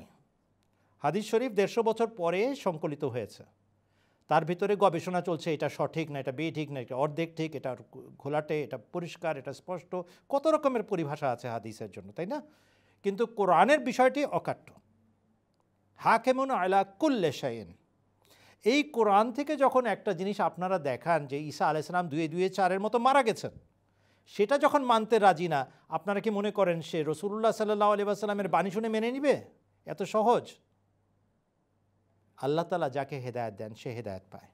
যে হঠকারিতা দেখায় এবং দাম্ভিকতা দেখায়, অহংকার দেখায়, আল্লাহ তাআলা তাকে কখনো হেদায়েতের পথে পরিচালিত করেন না, যতক্ষণ পর্যন্ত সে নিজের অবস্থা পরিবর্তন না করে।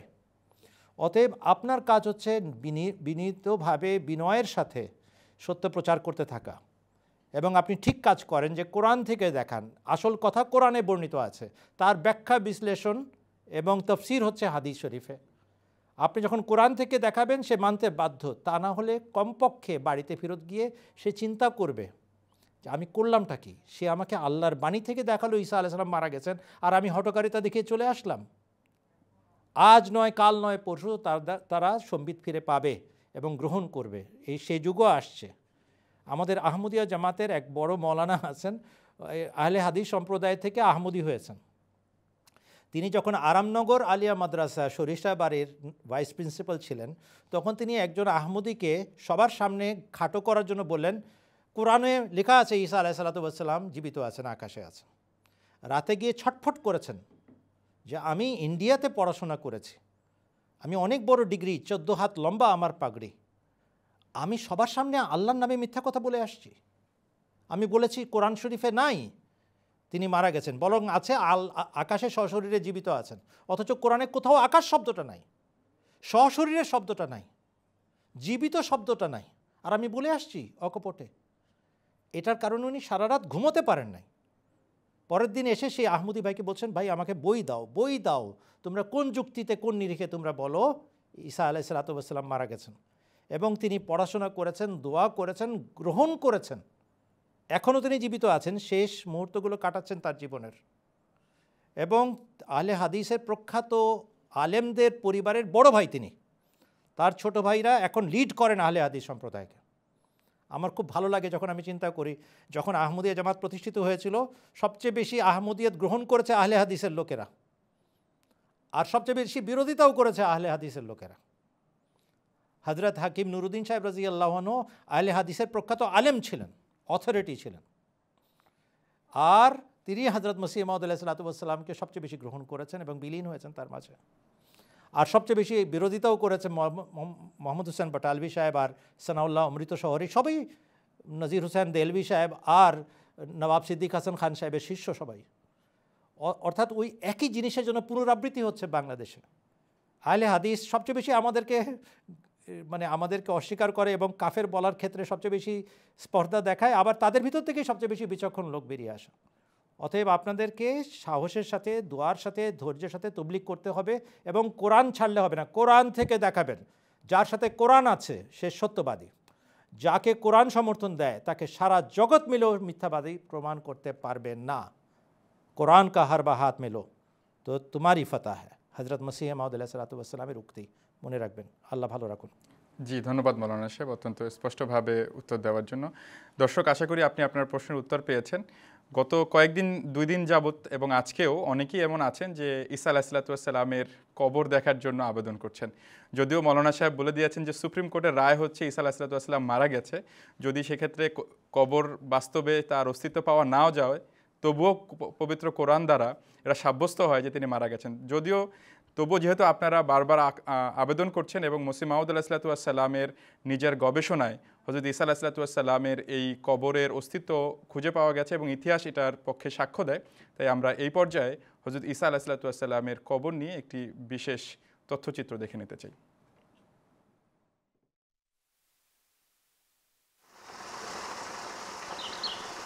যদিও কারো মৃত্যু সাব্যস্ত করার জন্য তার কবরের চিত্র দেখানো আবশ্যক নয়, তথাপি আল্লাহ তাআলা হযরত ঈসা আলাইহিস সালামের সমাধি সংরক্ষণ করে সংশ্লিষ্ট সবার কাছে তাঁর মৃত্যুর ঘোষণা স্পষ্টভাবে পৌঁছে দেওয়ার ব্যবস্থা করেছেন।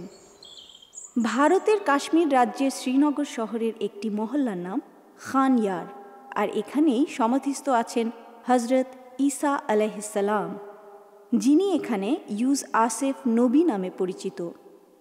অনেক কাল পরে তাঁর সমাধির পাশেই সমাহিত হয়েছেন একজন মুসলমান মনীষী হযরত মীর নাসির উদ্দিন শাহ। দর্শক, হযরত ঈসা আলাইহিস সালামের কবরটি ইহুদি রীতি অনুযায়ী পূর্ব পশ্চিমমুখী এবং অন্যটি ইসলামী রীতি অনুসারে উত্তর দক্ষিণমুখী। আহমদি অআহমদি, মুসলমান অমুসলমান নির্বিশেষে ধর্মীয় ব্যুৎপত্তি সম্পূর্ণ গবেষকরা বর্তমানে অকপটে স্বীকার করে চলেছেন এই সেই সমাধি যেথায় হযরত ঈসা আলাইহিস সালাম চিরনিদ্রায় শুয়ে আছেন।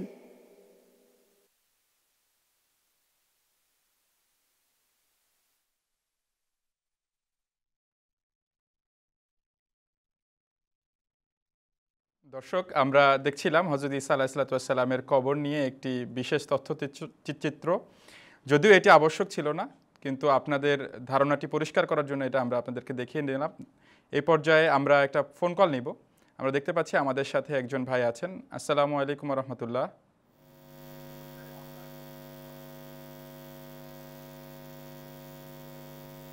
আমার কথা কি? মশিউর ভাই, আমি খোকন বলছিলাম মশিকুল। জি, আপনার প্রশ্নটি করুন। আশা করি আপনারা সবাই ভালো আছেন।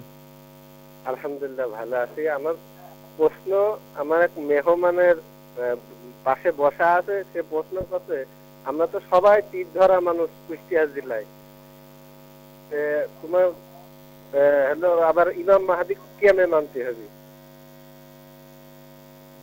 ধন্যবাদ আপনাকে আপনার প্রশ্নের জন্য। প্রশ্নকারী লালন শাহর এলাকার মানুষ, কুষ্টিয়ার মানুষ, যদি আপনি প্রশ্নের উত্তর দিতেন। জি, জাযাকুমুল্লাহ। প্রশ্নের জন্য আমার ছাত্র অবস্থায় যখন জামিয়ার ছাত্র ছিলাম, আমার সৌভাগ্য হয়েছিল কুষ্টিয়ায় 15 দিনের ওয়াকফে আরজি করার, সাময়িকভাবে সেখানে যাওয়ার। আর নাসেরাবাদ, কুষ্টিয়া, যেটা ভেড়ামারা, উত্তর ভবানীপুর, এসব জায়গায়, মহিষাখোলা, এসব জায়গায় যাওয়ার সৌভাগ্য হয়েছিল। তো আমি তখনও ছাত্রাবস্থায় এটা দেখেছিলাম। ওনারা একটু পীরপন্থী বা লালন ফকিরের ভক্ত খুব। হ্যাঁ, আপনাদের এই কথাটা ঠিক। রাসূলুল্লাহ সাল্লাল্লাহু আলাইহি সাল্লামের এই হাদিসও রয়েছে যে যে ব্যক্তি মাতা ওয়ালাইসা ফি উনুকিহি বায়াতুন মাতা মিতাতুল জাহিলিয়া, যে ব্যক্তি কারো হাতে বয়াত না করে, বয়াত গ্রহণ না করে, বা যুগের ইমামের হাতে বয়াত না করে মৃত্যুবরণ করেন, তার মৃত্যুটা অজ্ঞতার মৃত্যু। কিন্তু এটাও আপনাদেরকে সুস্পষ্টভাবে মনে রাখতে হবে, হজরত মুহাম্মদ রাসূলুল্লাহ সাল্লাল্লাহু আলাইহি সাল্লাম কোনো পীর সাহেব, কোনো আলেম, কোনো ফাজেল, কোনো ঋষি, মুনি ঋষি কারো হাতে বয়াত নেয়ার নির্দেশ দেন নাই। কেবলমাত্র হজরত ইমাম মাহদি আলাইহিস সালামের হাতে বয়াত নেয়ার জন্য নির্দেশ দিয়েছেন। আমরা এই হাদিস শরীফ থেকে বারবার এই হাদিসটা উল্লেখ করে থাকি। বাব খুরুজুল মাহদি, সেই সিদ্ধাতুজ্জামানের বাব খুরুজুল মাহদির যেই হাদিসটা রয়েছে ইবনে মাজাহ শরীফের, সেখানে বারবার আমরা এটা উল্লেখ করে থাকি যে রাসূলুল্লাহ সাল্লাল্লাহু আলাইহি সাল্লাম অত্যন্ত জোরের সাথে এই কথাটা বলেছেন, ইজা রাআইতুমুহু, যখন তোমরা তাকে দেখতে পাবে, অর্থাৎ তার সন্ধান পাবে, ফাবাইউহু, তার হাতে গিয়ে বয়াত নেবে, ওয়ালাউ হাবওয়ান আলাসালজে, যদিও তোমাদেরকে বরফের পাহাড় হামাগুড়ি দিয়েও যেতে হয়। কেন? ফাইন্নাহু খলিফাতুল্লাহিল মাহদি, কেননা তিনি আল্লাহর খলিফা আল মাহদি। এই একটি নির্দেশ ছাড়া, অর্থাৎ ইমাম মাহদির হাতে, একাধিক হাদিসের রওয়ায়াতে রয়েছে ইমাম মাহদির হাতে বয়াত করার নির্দেশ, ইমাম মাহদির হাতে বয়াত করার নির্দেশ ছাড়া আর কোনো পীর, ফকির, আলেম ওলামা কারো হাতে বয়াত করার নির্দেশ রাসূলুল্লাহ সাল্লাল্লাহু আলাইহি ওয়াসাল্লাম দেননি। অতএব ইমাম মাহদির হাতে বয়াত করতে হবে, আপনি যেই পীরের হাতে আগে বয়াত করে থাকেন না কেন।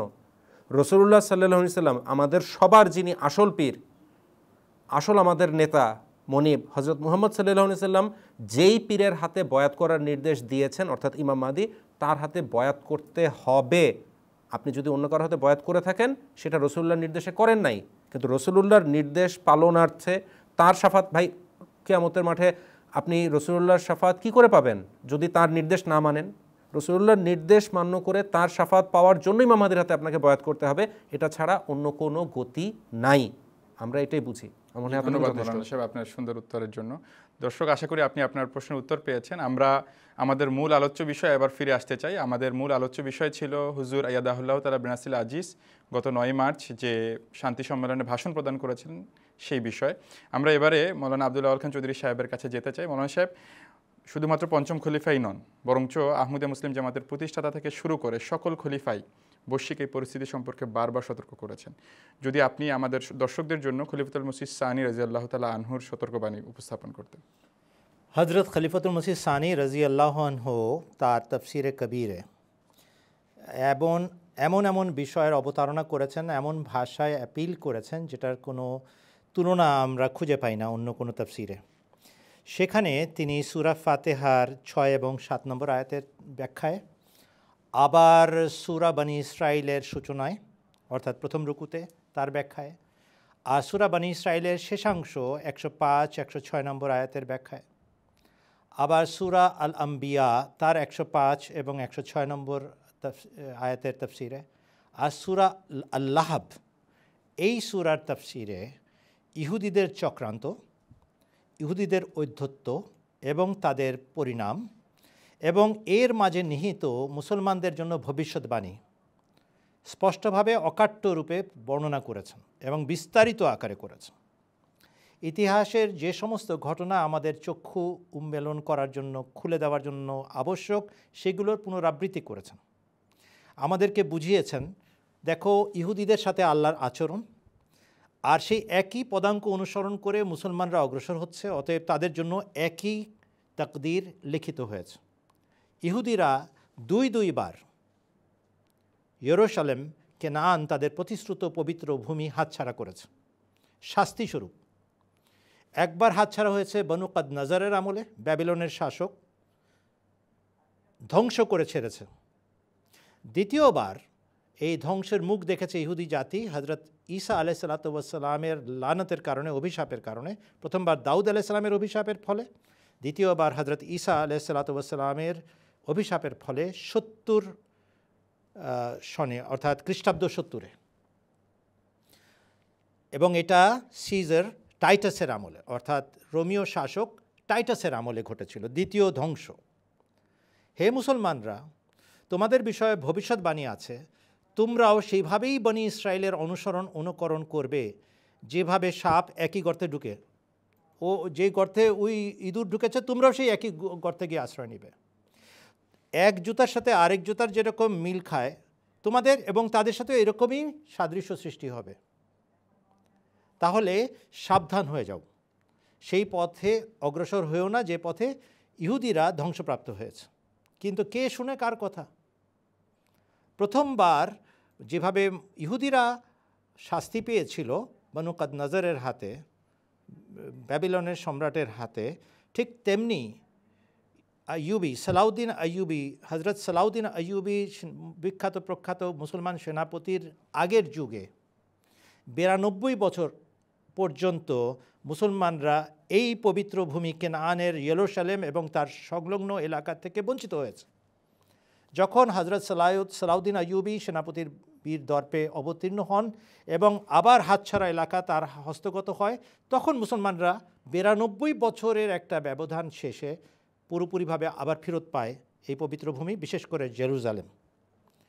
হজরত আকদাস ইমাম মাহদী আলাইহিসসালাম তার নিজের বইয়ে লিখেছেন, এখন পর্যন্ত হে মুসলমানরা, সেই পবিত্র ভূমি তোমাদের অধীনস্থ আছে, কেননা এখনও তোমরা আল্লাহর বাছাইকৃত জাতি। অতএব সেই পথে অগ্রসর হও যে পথে হজরত মুহাম্মদ সাল্লাল্লাহু আলাইহি ওয়াসাল্লাম তোমাদেরকে অগ্রসর হতে বলেছেন। কিন্তু যদি তোমরা অগ্রাহ্য করো এবং বিরোধিতা করো এবং সেইভাবে পথ এগোও যেভাবে ইহুদিরা এগিয়েছিল, তাহলে তোমাদের সাথে সেই একই তাকদীর পুনরাবৃত্তি হবে তাকদীরের। আর সেটাই আমরা দেখতে পেলাম 1947 সালে এসে আবার সেই ষড়যন্ত্র বাস্তবায়িত হলো, যারা ইহুদিদের ষড়যন্ত্র বাস্তবায়িত হলো, যার ফলে মুসলমানদের হাতছাড়া হয়ে গেল এই পবিত্র ভূমি জেরুজালেম। তবে এ ব্যাপারে কোনো সন্দেহ নাই, আল্লাহর দৃষ্টিতে খাঁটি ইসলাম পালনকারী জাতি সালেহীন এবং আবেদিনের জাতি। যখন এবং যে মুহূর্তে আল্লাহ তাআলা দেখবেন যে তোমাদের মাঝে সেই মান পূর্ণ হয়েছে, তখন অবশ্যই আল্লাহ তাআলা আবার ফেরত দিবেন। মুসলমানরাই জেরুজালেমের মালিক হবে, প্রতিশ্রুত ভূমি তারাই লাভ করবে, যেভাবে কোরআন শরীফের সূরা বনী ইসরাঈলের শেষে এবং সূরা আল আম্বিয়ার শেষে উল্লেখ করা আছে। মুসলমানদেরকে এই কথা মনে রাখতে হবে, আল্লাহ তাদেরকে এই প্রতিশ্রুত ভূমি ফেরত দিবেন। শর্ত কিন্তু আছে, নেক হতে হবে, আল্লাহর ইবাদতকারী হতে হবে, আল্লাহর দৃষ্টিতে পুণ্যবান হতে হবে। নিজেরা দাবি করলে হবে না, আল্লাহর দৃষ্টিতে পুণ্যবান হতে হবে। যেভাবে আল্লাহ বলেন এবং রসুল আকরাম সাল্লাল্লাহু আলাইহি ওয়াসাল্লাম বলেছেন, সেই পথে চললে তবে গিয়ে তোমাদেরকে আল্লাহ তাআলা এই প্রতিশ্রুতির পূর্ণতা দেখাবেন। হজরত খলিফাতুল মসিহ সানি রাজিয়াল্লাহু আনহুর তাফসিরে কবির এবং তার 5 ভলিউম কমেন্ট্রির মধ্যে এই কথাগুলো বিস্তারিত আকারে আছে। সবচেয়ে মজার ব্যাপার হচ্ছে, যখন উনি কমেন্ট্রি এবং তাফসির লিখছেন সেই সময়ই ঘটনাগুলো ঘটছে। তিনি যখন সূরা বনী ইসরাঈলের ব্যাখ্যা বিশ্লেষণ প্রকাশ করছেন ইংরেজি ভলিউমটা, তখন 1949, আর তার ঠিক 1 বছর আগে ইসরায়েলের জন্ম হয়েছে। এবং তিনি উল্লেখ করছেন যে এই ঘটনা এখন ঘটছে, মুসলমানদের হাতছাড়া হলো মাত্র, কিন্তু ফেরত পাবে অবশ্যই, কিন্তু শর্ত পালন করলে তবে। আবার 1960 সালে গিয়ে যখন সূরা আম্বিয়ার তাফসির লিখছেন, তখনও বলছেন মুসলমানরা যে এই ভূমি ফেরত পাবে এর মধ্যে কোনো সন্দেহ নাই, কিন্তু মুসলমান হতে হবে, আল্লাহর দৃষ্টিতে মুসলমান এবং আল্লাহর দৃষ্টিতে ইবাদতকারী হতে হবে তবে। এত বড় কথা বলেছেন। আর তিনি হজরত খলিফাতুল মসিহ সানি রাদিয়াল্লাহু আনহু, আমরা ডিসেম্বরের এই অনুষ্ঠানে পরিষ্কারভাবে আল কুফর মিল্লাতুম ওয়াহিদার উল্লেখ করে বলেছি যে এই জাতি অর্থাৎ ইসরায়েল জাতি আবার নিজেদের দেশ প্রতিষ্ঠা করার আগে তিনি এটা প্রকাশ করে বলেছেন যে খবরদার, তোমরা যদি এটাকে মনে করো চারটিখানি কথা, এটা ঠাট্টার বিষয় নয়। এইটা ইয়েরুশালেমকে দখল করার প্রশ্ন নয়, এটা মক্কা এবং মদিনার পবিত্রতা এবং তার অস্তিত্ব রক্ষার প্রশ্ন। ইহুদি জাতি যখন সেখানে নিজেদের ঘাঁটি গেড়ে বসবে তখন মুসলমানদের প্রাণকেন্দ্র বিপদগ্রস্ত এবং বিপদের সম্মুখীন হবে। এই জন্য মুসলমানদের এখনও সম্বিত ফিরে পাওয়ার সুযোগ আছে। এক হও, ঈমান আনো এবং তাকওয়ার পথে অগ্রসর হও, যেন ঐশী নেতৃত্বের অধীনে সবল জাতি হিসাবে নিজেদের অস্তিত্ব টিকিয়ে রাখতে পারো। আল্লাহ তাআলা তৌফিক দিন। জি, ধন্যবাদ মৌলানা সাহেব আপনার সুন্দরভাবে প্রশ্ন উত্তর দেওয়ার জন্য। আমি দেখতে পাচ্ছি যে এই পর্যায়ে আমাদের সাথে একজন ভাই লাইনে আছেন।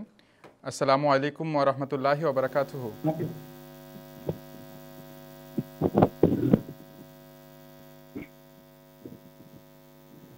জি ভাই, আপনি আমার কথা শুনতে পাচ্ছেন?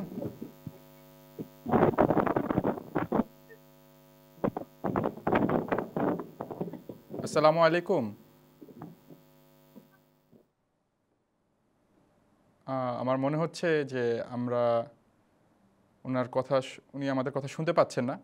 তো আমরা ওনার প্রশ্নটা নিয়ে নিচ্ছি যে উনি যে প্রশ্ন করেছেন, উনি বলছেন যে মহানবী সাল্লাল্লাহু আলাইহি ওয়াসাল্লামের পরে তো কোনো নবী নাই, তো কীভাবে হজরত মির্জা গোলাম আহমদ কাদিয়ানী আলাইহিস সালাম তিনি নবী না হয়ে তিনি কিভাবে বয়াতের জন্য আহ্বান করতে পারেন? আচ্ছা, ধন্যবাদ।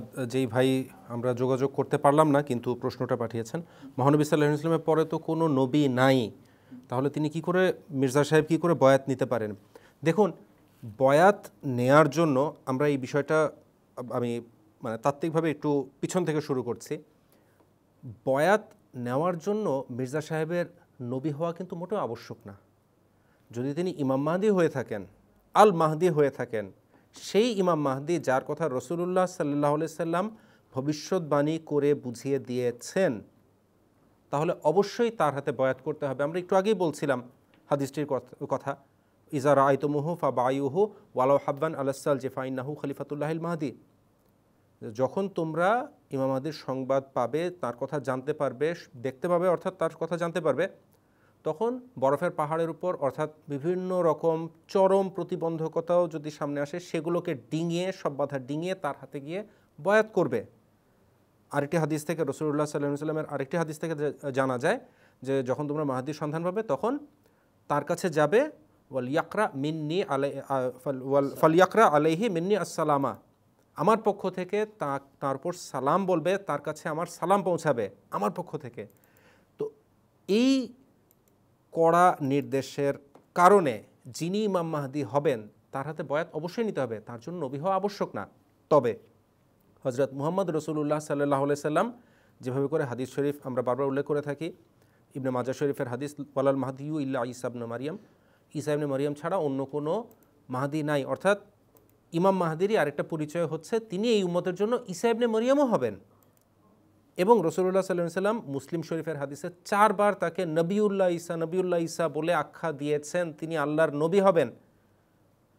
আর কেমন নবী হবেন সেটাও আমরা বারবার ব্যাখ্যা করেছি। সূরা নিসার 70 নম্বর আয়াতে আল্লাহ তাআলা এই ঘোষণা দিয়েছেন, আউযুবিল্লাহি মিনাশ শাইতানির রাজিম, ওয়া মান ইউতিইল্লাহা ওয়ার রাসূলা ফাউলাইকা মাআল্লাযিনা আনআমা আল্লাহু আলাইহিম মিনান নাবিয়্যিনা ওয়াস সিদ্দীকিনা ওয়াশ শুহাদা'i ওয়াস সালিহিন।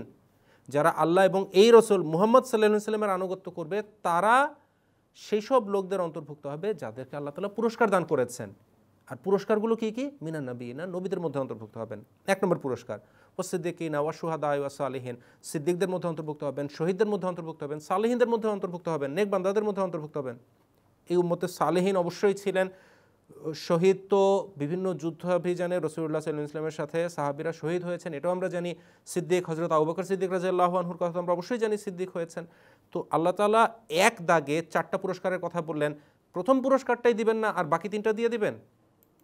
মুহাম্মদ সাল্লাল্লাহু আলাইহি ওয়াসাল্লামের আনুগত্যে একরকম নবুয়ত অর্থাৎ দাসত্বের নবুয়ত, উম্মতি নবুয়ত লাভ করা যায়, এটা আল্লাহ তাআলার স্পষ্ট অমোঘ ঘোষণা। আর মুহাম্মদ সাল্লাল্লাহু আলাইহি ওয়াসাল্লামের হাদিস থেকে এই স্পষ্ট ঘোষণা রয়েছে, এই উম্মতের যিনি ইমাম মাহদি হবেন তিনি উম্মতি নবীও হবেন। উম্মতি নবী সরাসরি উল্লেখ করে নাই, তিনি বলে দিয়েছেন ঈসা নবীউল্লাহ হবেন, কিন্তু উম্মতি নবী যে হবেন এটা আমরা কোরআন এবং হাদিসের এই দুটো ভাষ্য থেকে মিলিয়ে বলতেই পারছি, যে সহজেই বুঝতে পারছি উম্মতি নবী হবেন তিনি। তো বয়াতের জন্য প্রথমত নবী হওয়ার শর্ত নাই, ইমাম মাহদি হলে তিনি বয়াত নেবেন। আর যিনি ইমাম মাহদি তিনি উম্মতি নবীও হবেন। রাসূলুল্লাহ সাল্লাল্লাহু আলাইহি ওয়াসাল্লামের পর সব ধরনের নবুয়ত বন্ধ, এই কথাটা কোরআন বলে না, বরং বলে মুহাম্মদ সাল্লাল্লাহু আলাইহি ওয়াসাল্লামের আনুগত্যের ফলে এক রকমের নবুয়ত পাওয়া যায়, সেটাই উম্মতি নবুয়ত। আর মির্জা সাহেব সেই নবী হওয়ার দাবি করেছেন। জি, ধন্যবাদ মৌলানা সাহেব। আশা করি দর্শক আপনি আপনার প্রশ্নের উত্তর পেয়েছেন। এ পর্যায়ে আমরা একটা ইমেইলের প্রশ্ন নিব। একজন বোন ঢাকা থেকে প্রশ্ন করেছেন যে তার মেয়ের স্কুলে তার টিচার বলেছে যে ইমাম মাহদী আলাইহিস সালাম আসার আগে 30 জন ভণ্ড ইমাম মাহদী দাবিকারক হবে, এর মাঝে 28 জন হয়ে গেছে। তো উনি জানতে চাচ্ছেন এটা সত্যতা কি। একই সাথে মৌলানা সাহেব আপনার কাছে আরেকটা প্রশ্ন আমি রাখতে চাই। গতকাল আমাদের একজন ভাই প্রশ্ন করেছিলেন যে ইমাম মাহদী আলাইহিস সালামের বিরোধিতা হবে, এবং এটা আগের হাদিসে মহানবী সাল্লাল্লাহু আলাইহি ওয়াসাল্লামের হাদিসে এটা বর্ণিত আছে। তো এটার উত্তর যদি আপনি দিয়ে দিতেন। দ্বিতীয় প্রশ্নটা কি? গতকাল আমাদের এক ভাই রেফারেন্স দেখতে চাচ্ছিলেন যে হাদিস শরীফে আছে ইমাম মাহদী আলাইহিস সালামের বিরোধিতা হবে। জি, এটা ভালো করেছেন, দুটো প্রশ্ন আপনি মিলিয়েছেন। 28 জন ইমাম মাহদী ভণ্ড দাবিদার এসে গেছেন, আর মাত্র 2 জনের বাকি আছে। এরকম কোনো হাদিস নাই যেখানে বলা হয়েছে যে 30 জন ইমাম মাহদী ভণ্ড দাবি করবেন। বলা আছে 30 জন ভণ্ড নবুয়তের দাবিদার আসবেন, এবং এই সংখ্যা অনেকশো বছর আগে, বেশ কয়েকশো বছর আগে পূর্ণ হয়ে গেছে বলে মুসলমানদের সাহিত্যে লিখিত আছে। এবং ইসলামিক ফাউন্ডেশন বাংলাদেশ সেই তালিকা প্রকাশ করেছে যে কারা কারা সেই 30 জন ভণ্ড নবুয়তের দাবিদার, যাদের কথা ইতিহাসে সংরক্ষিত। আমরা এখানে বারবার সেই তালিকাটা দেখিয়েছি, এবং তারা নিজেদের পক্ষ থেকে 30-এর পরে আরও 10 যোগ করে 40 বানিয়েছেন, এবং মির্জা গোলাম আহমদ কাদিয়ানী আলাইহিসসালামকে 40 নম্বর দাবিদার হিসাবে সেখানে তালিকাভুক্ত করেছেন। অর্থাৎ ইসলামিক ফাউন্ডেশনের তৎকালীন নেতৃত্বের মাঝে এই দায়িত্ব বর্তিয়েছিল যে কোনোভাবে হজরত মির্জা গোলাম আহমদ কাদিয়ানী আলাইহিসসালামের বিরোধিতা করো এবং তাকে মিথ্যাবাদী সাব্যস্ত করো। কোনো সরকার, কোনো রাষ্ট্র কাউকে সত্যবাদীও প্রমাণ করতে পারে না, কাউকে মিথ্যাবাদীও বলতে পারে না। যদি কোরআন তাকে সত্যবাদী বলে তাহলে তিনি সত্যবাদী, যদি সুন্নতে রসুল তাকে সত্য সাব্যস্ত করে তাহলে তিনি সত্যবাদী, যদি সহি হাদিস তাকে সত্যবাদী প্রমাণ করে তাহলে তিনি সত্যবাদী। অতএব রাষ্ট্রের বা রাষ্ট্রের কোনো প্রতিষ্ঠান কি বললো না বললো সেটাতে কিছু যায় আসে না, কিন্তু এই কথা ঠিক যে তাদের গবেষণার কারণে সেই 30 জন ভণ্ড নবী যারা এসে গেছেন তাদের নাম এবং তালিকা আপনারা পেয়ে যাবেন। অতএব যে মেয়েকে তাদের স্কুলে পড়ানো হচ্ছে ইমাম মাহদী 30 জন মিথ্যা দাবিদার আসবেন, এরকম কোনো হাদিস নাই, কিন্তু মিথ্যা নবুয়তের দাবিদার 30 জন আসবেন এই হাদিস সত্য এবং তা পূর্ণ হয়ে গেছে, এবং তালিকা বাংলাদেশের সাহিত্যে এবং বাংলাদেশের ধর্মীয় প্রতিষ্ঠানে বিদ্যমান। এটা গেল প্রথম অংশ। আর দ্বিতীয় অংশ হচ্ছে হজরত ইমাম মাহদী আলাইহিসসালামের ঘোর বিরোধিতা হবে, এইটা কোন হাদিস দ্বারা সাব্যস্ত হয়। হজরত মির্জা গোলাম আহমদ কাদিয়ানী আলাইহিসসালাম বলেছেন, আমি গতকাল সূরা ইয়াসিনের 31 নম্বর আয়াতের উল্লেখ করেছিলাম, যেখান দ্বারা স্পষ্টভাবে সাব্যস্ত হয় যে যখনই আল্লাহর পক্ষ থেকে প্রত্যাদিষ্ট মহাপুরুষ আগমন করেন তখনই তার বিরোধিতা হয়ে থাকে। আর আজকে আমি কোরআন শরীফের আরেকটি আয়াত উপস্থাপন করতে যাচ্ছি, এবং এটা সূরা আল মুমিনুন, এবং সেটার আয়াত নম্বর 45। সেখানে আল্লাহ তাআলা বলেছেন, আউযুবিল্লাহি মিনাশ শাইতানির রাজিম। মনে রাখবেন, হাদিস উচ্চারণ করার আগে সুপ্রিম কোর্টের রায় আপনাদেরকে শোনানো হচ্ছে। সুম্মা আরসালনা রুসুলানা তাতরা। আল্লাহ তাআলা বলছেন আল কোরআনে, ধর্মজগতের সুপ্রিম কোর্টের রায় শুনেন। সুম্মা আরসালনা রুসুলানা তাতরা কুল্লামা জাআ উম্মাতার রাসূলুহা কাযযাবুহু। অতঃপর আমরা একের পর এক রসুল পাঠালাম, যখনই তার জাতির কাছে, কোনো জাতির কাছে তাদের রসুল আগমন করত, তারা তাকে মিথ্যাবাদী বলে অস্বীকার করত। কুল্লামা জাআ উম্মাতার রাসূলুহা কাযযাবুহু, এই আয়াতের নামই হচ্ছে তাকদীরে আম্বিয়া। যখনই আল্লাহর পক্ষ থেকে প্রত্যাদিষ্ট মহাপুরুষ আসবেন, সেই জাতি তাকে অস্বীকার করবে, মিথ্যা প্রতিপন্ন করবে নিজেদের পক্ষ থেকে, তারপরে অস্বীকার করবে। এই হচ্ছে রসুলদের ভাগ্য, সত্যবাদীদের ভাগ্য নির্ধারিত। আর এটার কোনো ব্যতিক্রম আর ব্যত্যয় কখনো দেখা যাবে না। কোরআন শরীফের যে ইতিহাস আছে নবীদের, সেখানে পড়লেও আপনারা এই কথাই দেখবেন। আসেন ভাই হাদিসের দিকে যাই। আপনি বলছেন হাদিসটা দেখান। হাদিস হচ্ছে তিরমিজি শরীফ কিতাবুল ঈমান, আর সেখানে বর্ণিত আছে, এবং বিখ্যাত হাদিস, সবাই জানেন এই হাদিস। হজরত মুহাম্মদ সাল্লাল্লাহু আলাইহি ওয়াসাল্লাম বলেছেন, লা ইয়াতিয়ান্না আলা উম্মতি মা আতা আলা বনি ইসরাঈলা হাজবান নালে বিন নালে। আমার উম্মত সেই একই অবস্থার সম্মুখীন হবে যে অবস্থার সম্মুখীন হয়েছিল বনি ইসরায়েল জাতি। এক জুতার সাথে অন্য জুতার যেরকম মিল আমার জাতির সাথে বনি ইসরায়েলি জাতির হুবহু সেই মিল হবে। বলেন তো তাহলে কিসের মিল? বনি ইসরায়েলি জাতির সৌভাগ্যের মিল? সেটা তো আপনারা অস্বীকার করেন। নবুয়তের নিয়ামত আসতে পারে না। তাহলে কি থাকে আপনাদের ভাগ্যে বাকি? তাদের যত ঘোর শত্রুতা ছিল, হটকারিতা ছিল, বাড়াবাড়ি ছিল, সেগুলোর অনুকরণ অনুসরণে আপনারা অতুলনীয় ভূমিকা দেখছেন। আক্ষেপের সাথে বলছি, এখনও সুযোগ আছে, সংশোধন করেন। হাজবান নালে বিন নালে মানে হচ্ছে এক জুতার সাথে আরেক জুতা যেরকম মিল খায়, সেরকম অবস্থা হবে বনি ইসরায়েলি ইহুদি জাতির সাথে মুসলমানদের এক বিরাট দলের। আমি বিরাট দলের উল্লেখ করেছি, যারা ঈমান এনেছে প্রতিশ্রুত মহাপুরুষের প্রতি, তাদেরকে আমি আলাদা করেছি। যে জাতি মানে নাই তারা কোন পথে অগ্রসর হচ্ছে, যে পথে ইসরায়েলি জাতি অগ্রসর হয়েছিল, তাদের কি বৈশিষ্ট্য ছিল? ইয়াকতুলুন আন নবীনা বেগায়রে হাক্কিন, ইয়াকতুলুন আল আম্বিয়া বেগায়রে হাক্কিন। তারা নবীদেরকে এমনভাবে শত্রুতা করতো নবীর সাথে যেন তারা তাকে মেরেই ফেলতো। একজন দুজনের সাথে না, দলে দলে নবী এসেছেন তাদের মধ্যে, এবং তাদের সাথে সেই আচরণই তারা করেছে। কি এখন প্রমাণিত হয়? হজুর সাল্লাল্লাহু আলাইহি ওয়াসাল্লাম ইঙ্গিত করে দিয়েছেন, পরিষ্কারভাবে বলে দিয়েছেন, তোমরাও তোমাদের নবীর সেইভাবে বিরোধিতা করবে যেভাবে ইহুদিরা করেছে। তিরমিজি শরীফ কিতাবুল ঈমান, যে হাদিসের মধ্যে ৭৩ দল হবে আমার উম্মত, সেই হাদিসের প্রথমাংশের মধ্যেই বলা আছে, তোমরাও ইহুদিদের মতোই ঘোর বিরোধিতা করবে আগমনকারী প্রতিশ্রুত মহাপুরুষের। ধন্যবাদ। ধন্যবাদ মৌলানা সাহেব। কাল যে ভাই হোসনাবাদ থেকে প্রশ্ন করেছিলেন, আশা করি আপনি আপনার প্রশ্নের উত্তর পেয়েছেন। আসলে মৌলানা সাহেব, আমরা মুসলিম মাউদ আলাইহিসসালামের জীবনেও পূর্ব নবীদের বিরোধিতার যে আদর্শ বা ইতিহাস রয়েছে, সেই ইতিহাসের বাস্তবায়ন দেখতে পাই, এর একটা পুনরাবৃত্তি দেখতে পাই। এর একটা নোংরা উদাহরণ হচ্ছে মুসলিম ইসলামের মৃত্যু নিয়ে, অর্থাৎ ইমাম মাহদী আলাইহিসসালাম কীভাবে মৃত্যুবরণ করেছেন সেই বিষয়ে আজকে এক ধরনের বিভিন্ন ধরনের কাহিনী বোনা হচ্ছে। তো এই বিষয়ে আমি মৌলানা হাজারে আহমদ আল মুনিম সাহেবের কাছে যেতে চাই। মৌলানা সাহেব, আপনি যদি হযরত মির্জা গোলাম আহমদ কাদিয়ানী আলাইহিসসালামের মৃত্যু নিয়ে যে অপবাদটি আরোপ করা হয় সে বিষয়ে যদি পরিষ্কার করে বলতেন। জাযাকুমুল্লাহ। দর্শক, অত্যন্ত দুঃখের সাথে এবং আক্ষেপের সাথে বলতে হয় যে এরকম নোংরা মানসিকতার মানুষও থাকে, যারা দিনকে রাত, ওই যে মৌলানা সাহেব মাত্রই বলছিলেন, ইহুদিদের অভ্যাস ছিল ইউহাররিফুন আল কালিমা মাওয়াজিহি, তারা কথা, আল্লাহর কালামকে এক স্থান থেকে আরেক স্থানে সরাতো, আর কথা বানিয়ে বানিয়ে বলতো, কথাকে বিকৃত করতো, ডিস্টর্ট মানে বিকৃত করা। এই কাজটা রাসূলুল্লাহ সাল্লাল্লাহু আলাইহি ওয়াসাল্লামের ভবিষ্যৎবাণী অনুযায়ী উম্মতে মুহাম্মদের মধ্যেও যারা ইহুদি সদৃশ তারা করেছে, করছে, করে যাচ্ছে। দিনকে রাত বানানোর একটা মানে নোংরা অপপ্রয়াস এবং চেষ্টা, যেটা বলতেও ঘৃণা হয়। হজরত আকদাস মসিহে মাউদ আলাইহিসসালাম মির্জা গোলাম আহমদ কাদিয়ানী আলাইহিস সালামের মৃত্যু নিয়ে জঘন্য নোংরা কথা বলা হয়ে থাকে। আমি প্রথমে হজরত মসিহে মাউদ আলাইহিসসালামের মৃত্যুর ঘটনাটা সংক্ষেপে বলে দেওয়ার চেষ্টা করছি। মনে রাখবেন, হজরত মির্জা গোলাম আহমদ কাদিয়ানী আলাইহিসসালাম মৃত্যুবরণ করেছেন 26শে মে 1908 তারিখে সকালের দিকে, 73 বছর বয়সে, লাহোরে আহমদিয়া বিল্ডিংয়ে। এবং আমরা বারবার সেই লাহোরের যে আহমদিয়া বিল্ডিং, সেখানকার যেই কক্ষে তিনি মারা গিয়েছিলেন, একটা পাকা দালান, সেটার দ্বিতীয় তলায় একটা কক্ষে তিনি মৃত্যুবরণ করেছিলেন। নিজের ভক্তকুল এবং আত্মীয় স্বজন, নিজের পুত্র স্ত্রী সবার দ্বারা পরিবেষ্টিত অবস্থায় বিছানায় শায়িত অবস্থায়, এবং তার শেষ বাক্যগুলো ছিল, আল্লাহ মেরে পেয়ারে আল্লাহ, আল্লাহ মেরে পেয়ারে আল্লাহ, হে আমার প্রিয় আল্লাহ, হে আমার প্রিয় আল্লাহ। যেমন রাসূলুল্লাহ সাল্লাল্লাহু আলাইহি ওয়াসাল্লাম তাঁর মৃত্যুর আগে আল্লাহুম্মা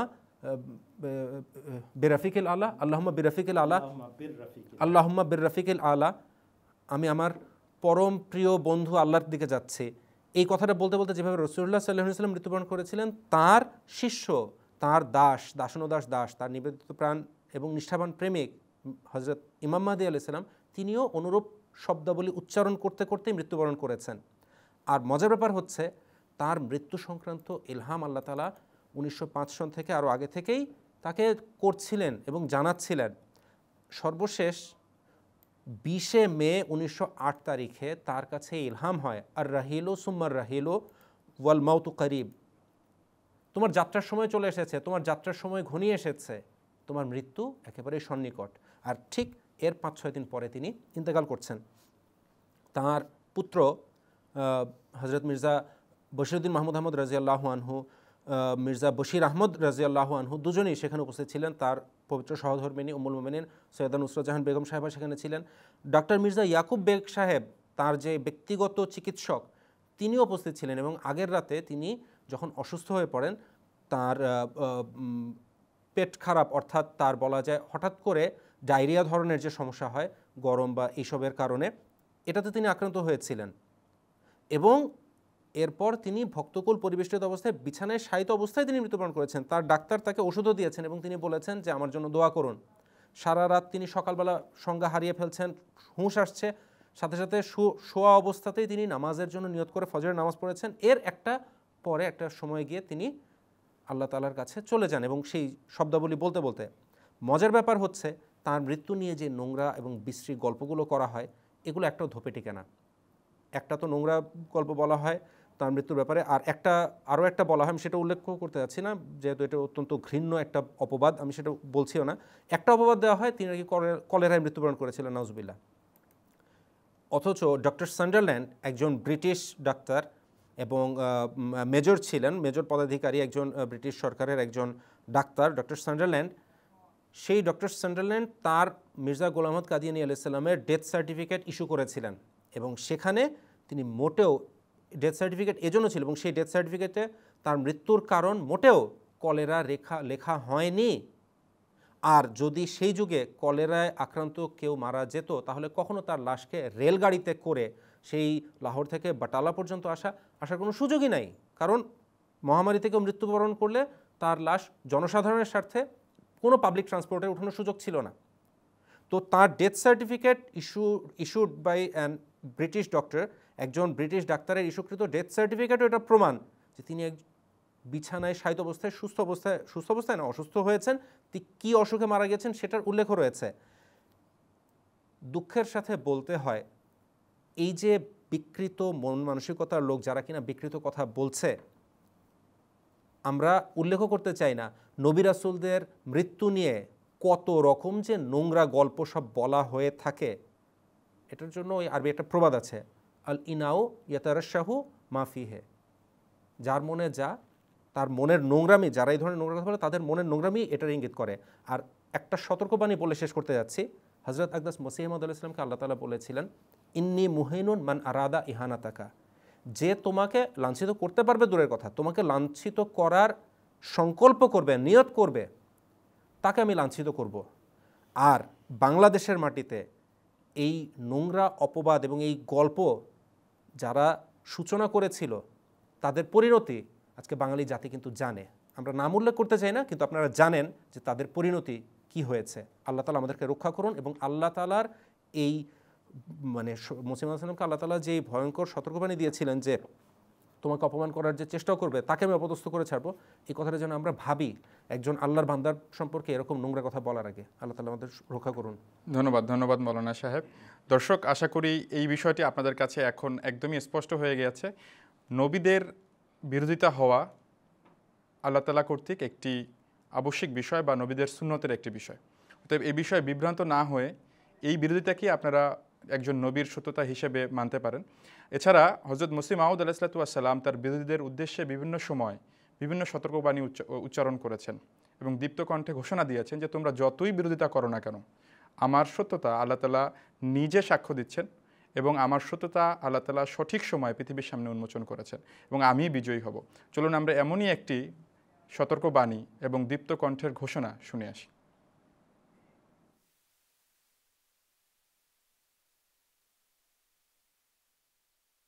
হযরত মির্জা গোলাম আহমেদ কাদিয়ানী প্রতিশ্রুত মসিহ ও ইমাম মাহদী আলাইহিস সালাম বলেছেন, আমি নিশ্চিত তিনি আমাকে সাহায্য করবেন আর আমাকে তিনি কখনো বিনষ্ট করবেন না।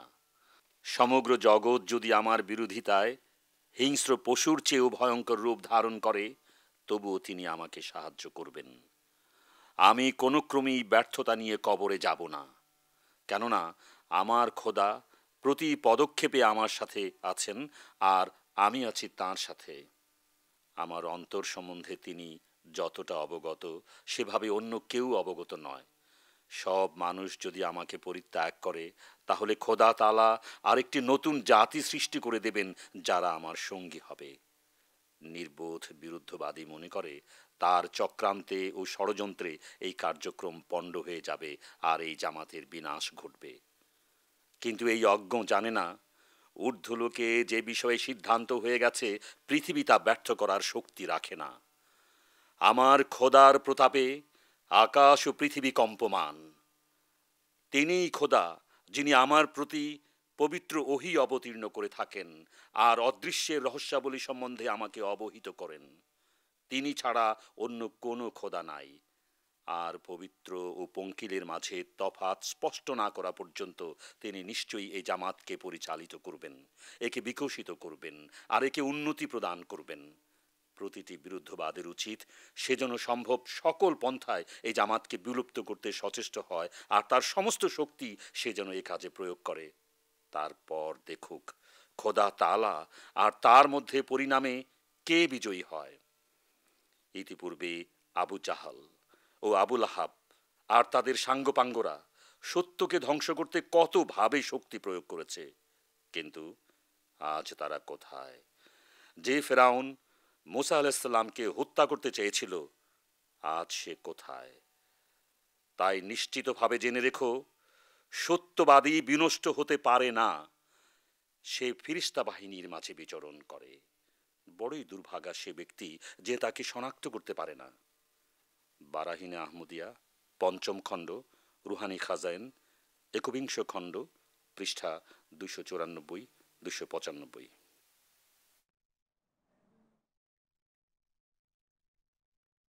দর্শক, আমরা শুনে নিলাম হজরত মসিহ মাউদ আলাইহিসসালামের দীপ্ত কণ্ঠে উচ্চারণ।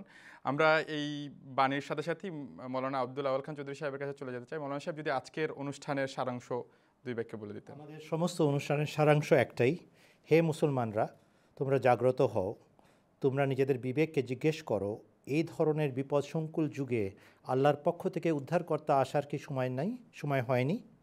হযরত মুহাম্মদ সাল্লাল্লাহু আলাইহি ওয়াসাল্লামের দোয়া কি কখনো বিফলে যেতে পারে? তিনি তার উম্মতকে রক্ষা করার জন্য যে ব্যবস্থা বলে গেছেন সেটা কি কখনো পূর্ণ হবে না? আর আজ যদি এই বিপদসংকুল অবস্থা থেকে মুসলমানদেরকে উদ্ধার করার জন্য কেউ না আসেন, তাহলে কবে আসবেন? আমাদের অনুষ্ঠানের সারাংশ হচ্ছে ইসমাউ সাওতাস-সামা, জাল মাসি নিজ বিষ্ণু আজ্জামি আমদ ইমামে কামগার। ধন্যবাদ আপনাদের সবাইকে। ধন্যবাদ মৌলানা সাহেব আপনার সুন্দরভাবে সারাংশ করে দেওয়ার জন্য। দর্শক, এই ছিল আমাদের আজকের আয়োজন। আপনারা যারা এই কষ্ট করে আমাদের এই অনুষ্ঠান দেখেছেন সবাইকে কৃতজ্ঞতা জানাচ্ছি। আলোচক প্যানেলকেও আমি কৃতজ্ঞতা জানাচ্ছি। আগামীকাল ঠিক রাত ৮টায় পুনরায় আমরা ৪র্থ দিনের অনুষ্ঠান নিয়ে হাজির হব। ততক্ষণ পর্যন্ত আপনারা সবাই সুস্থ থাকবেন, ভালো থাকবেন। আসসালামু আলাইকুম ওয়া রাহমাতুল্লাহি ওয়া বারাকাতুহু। আউযু বিল্লাহি মিনাশ শাইতানির রাজীম।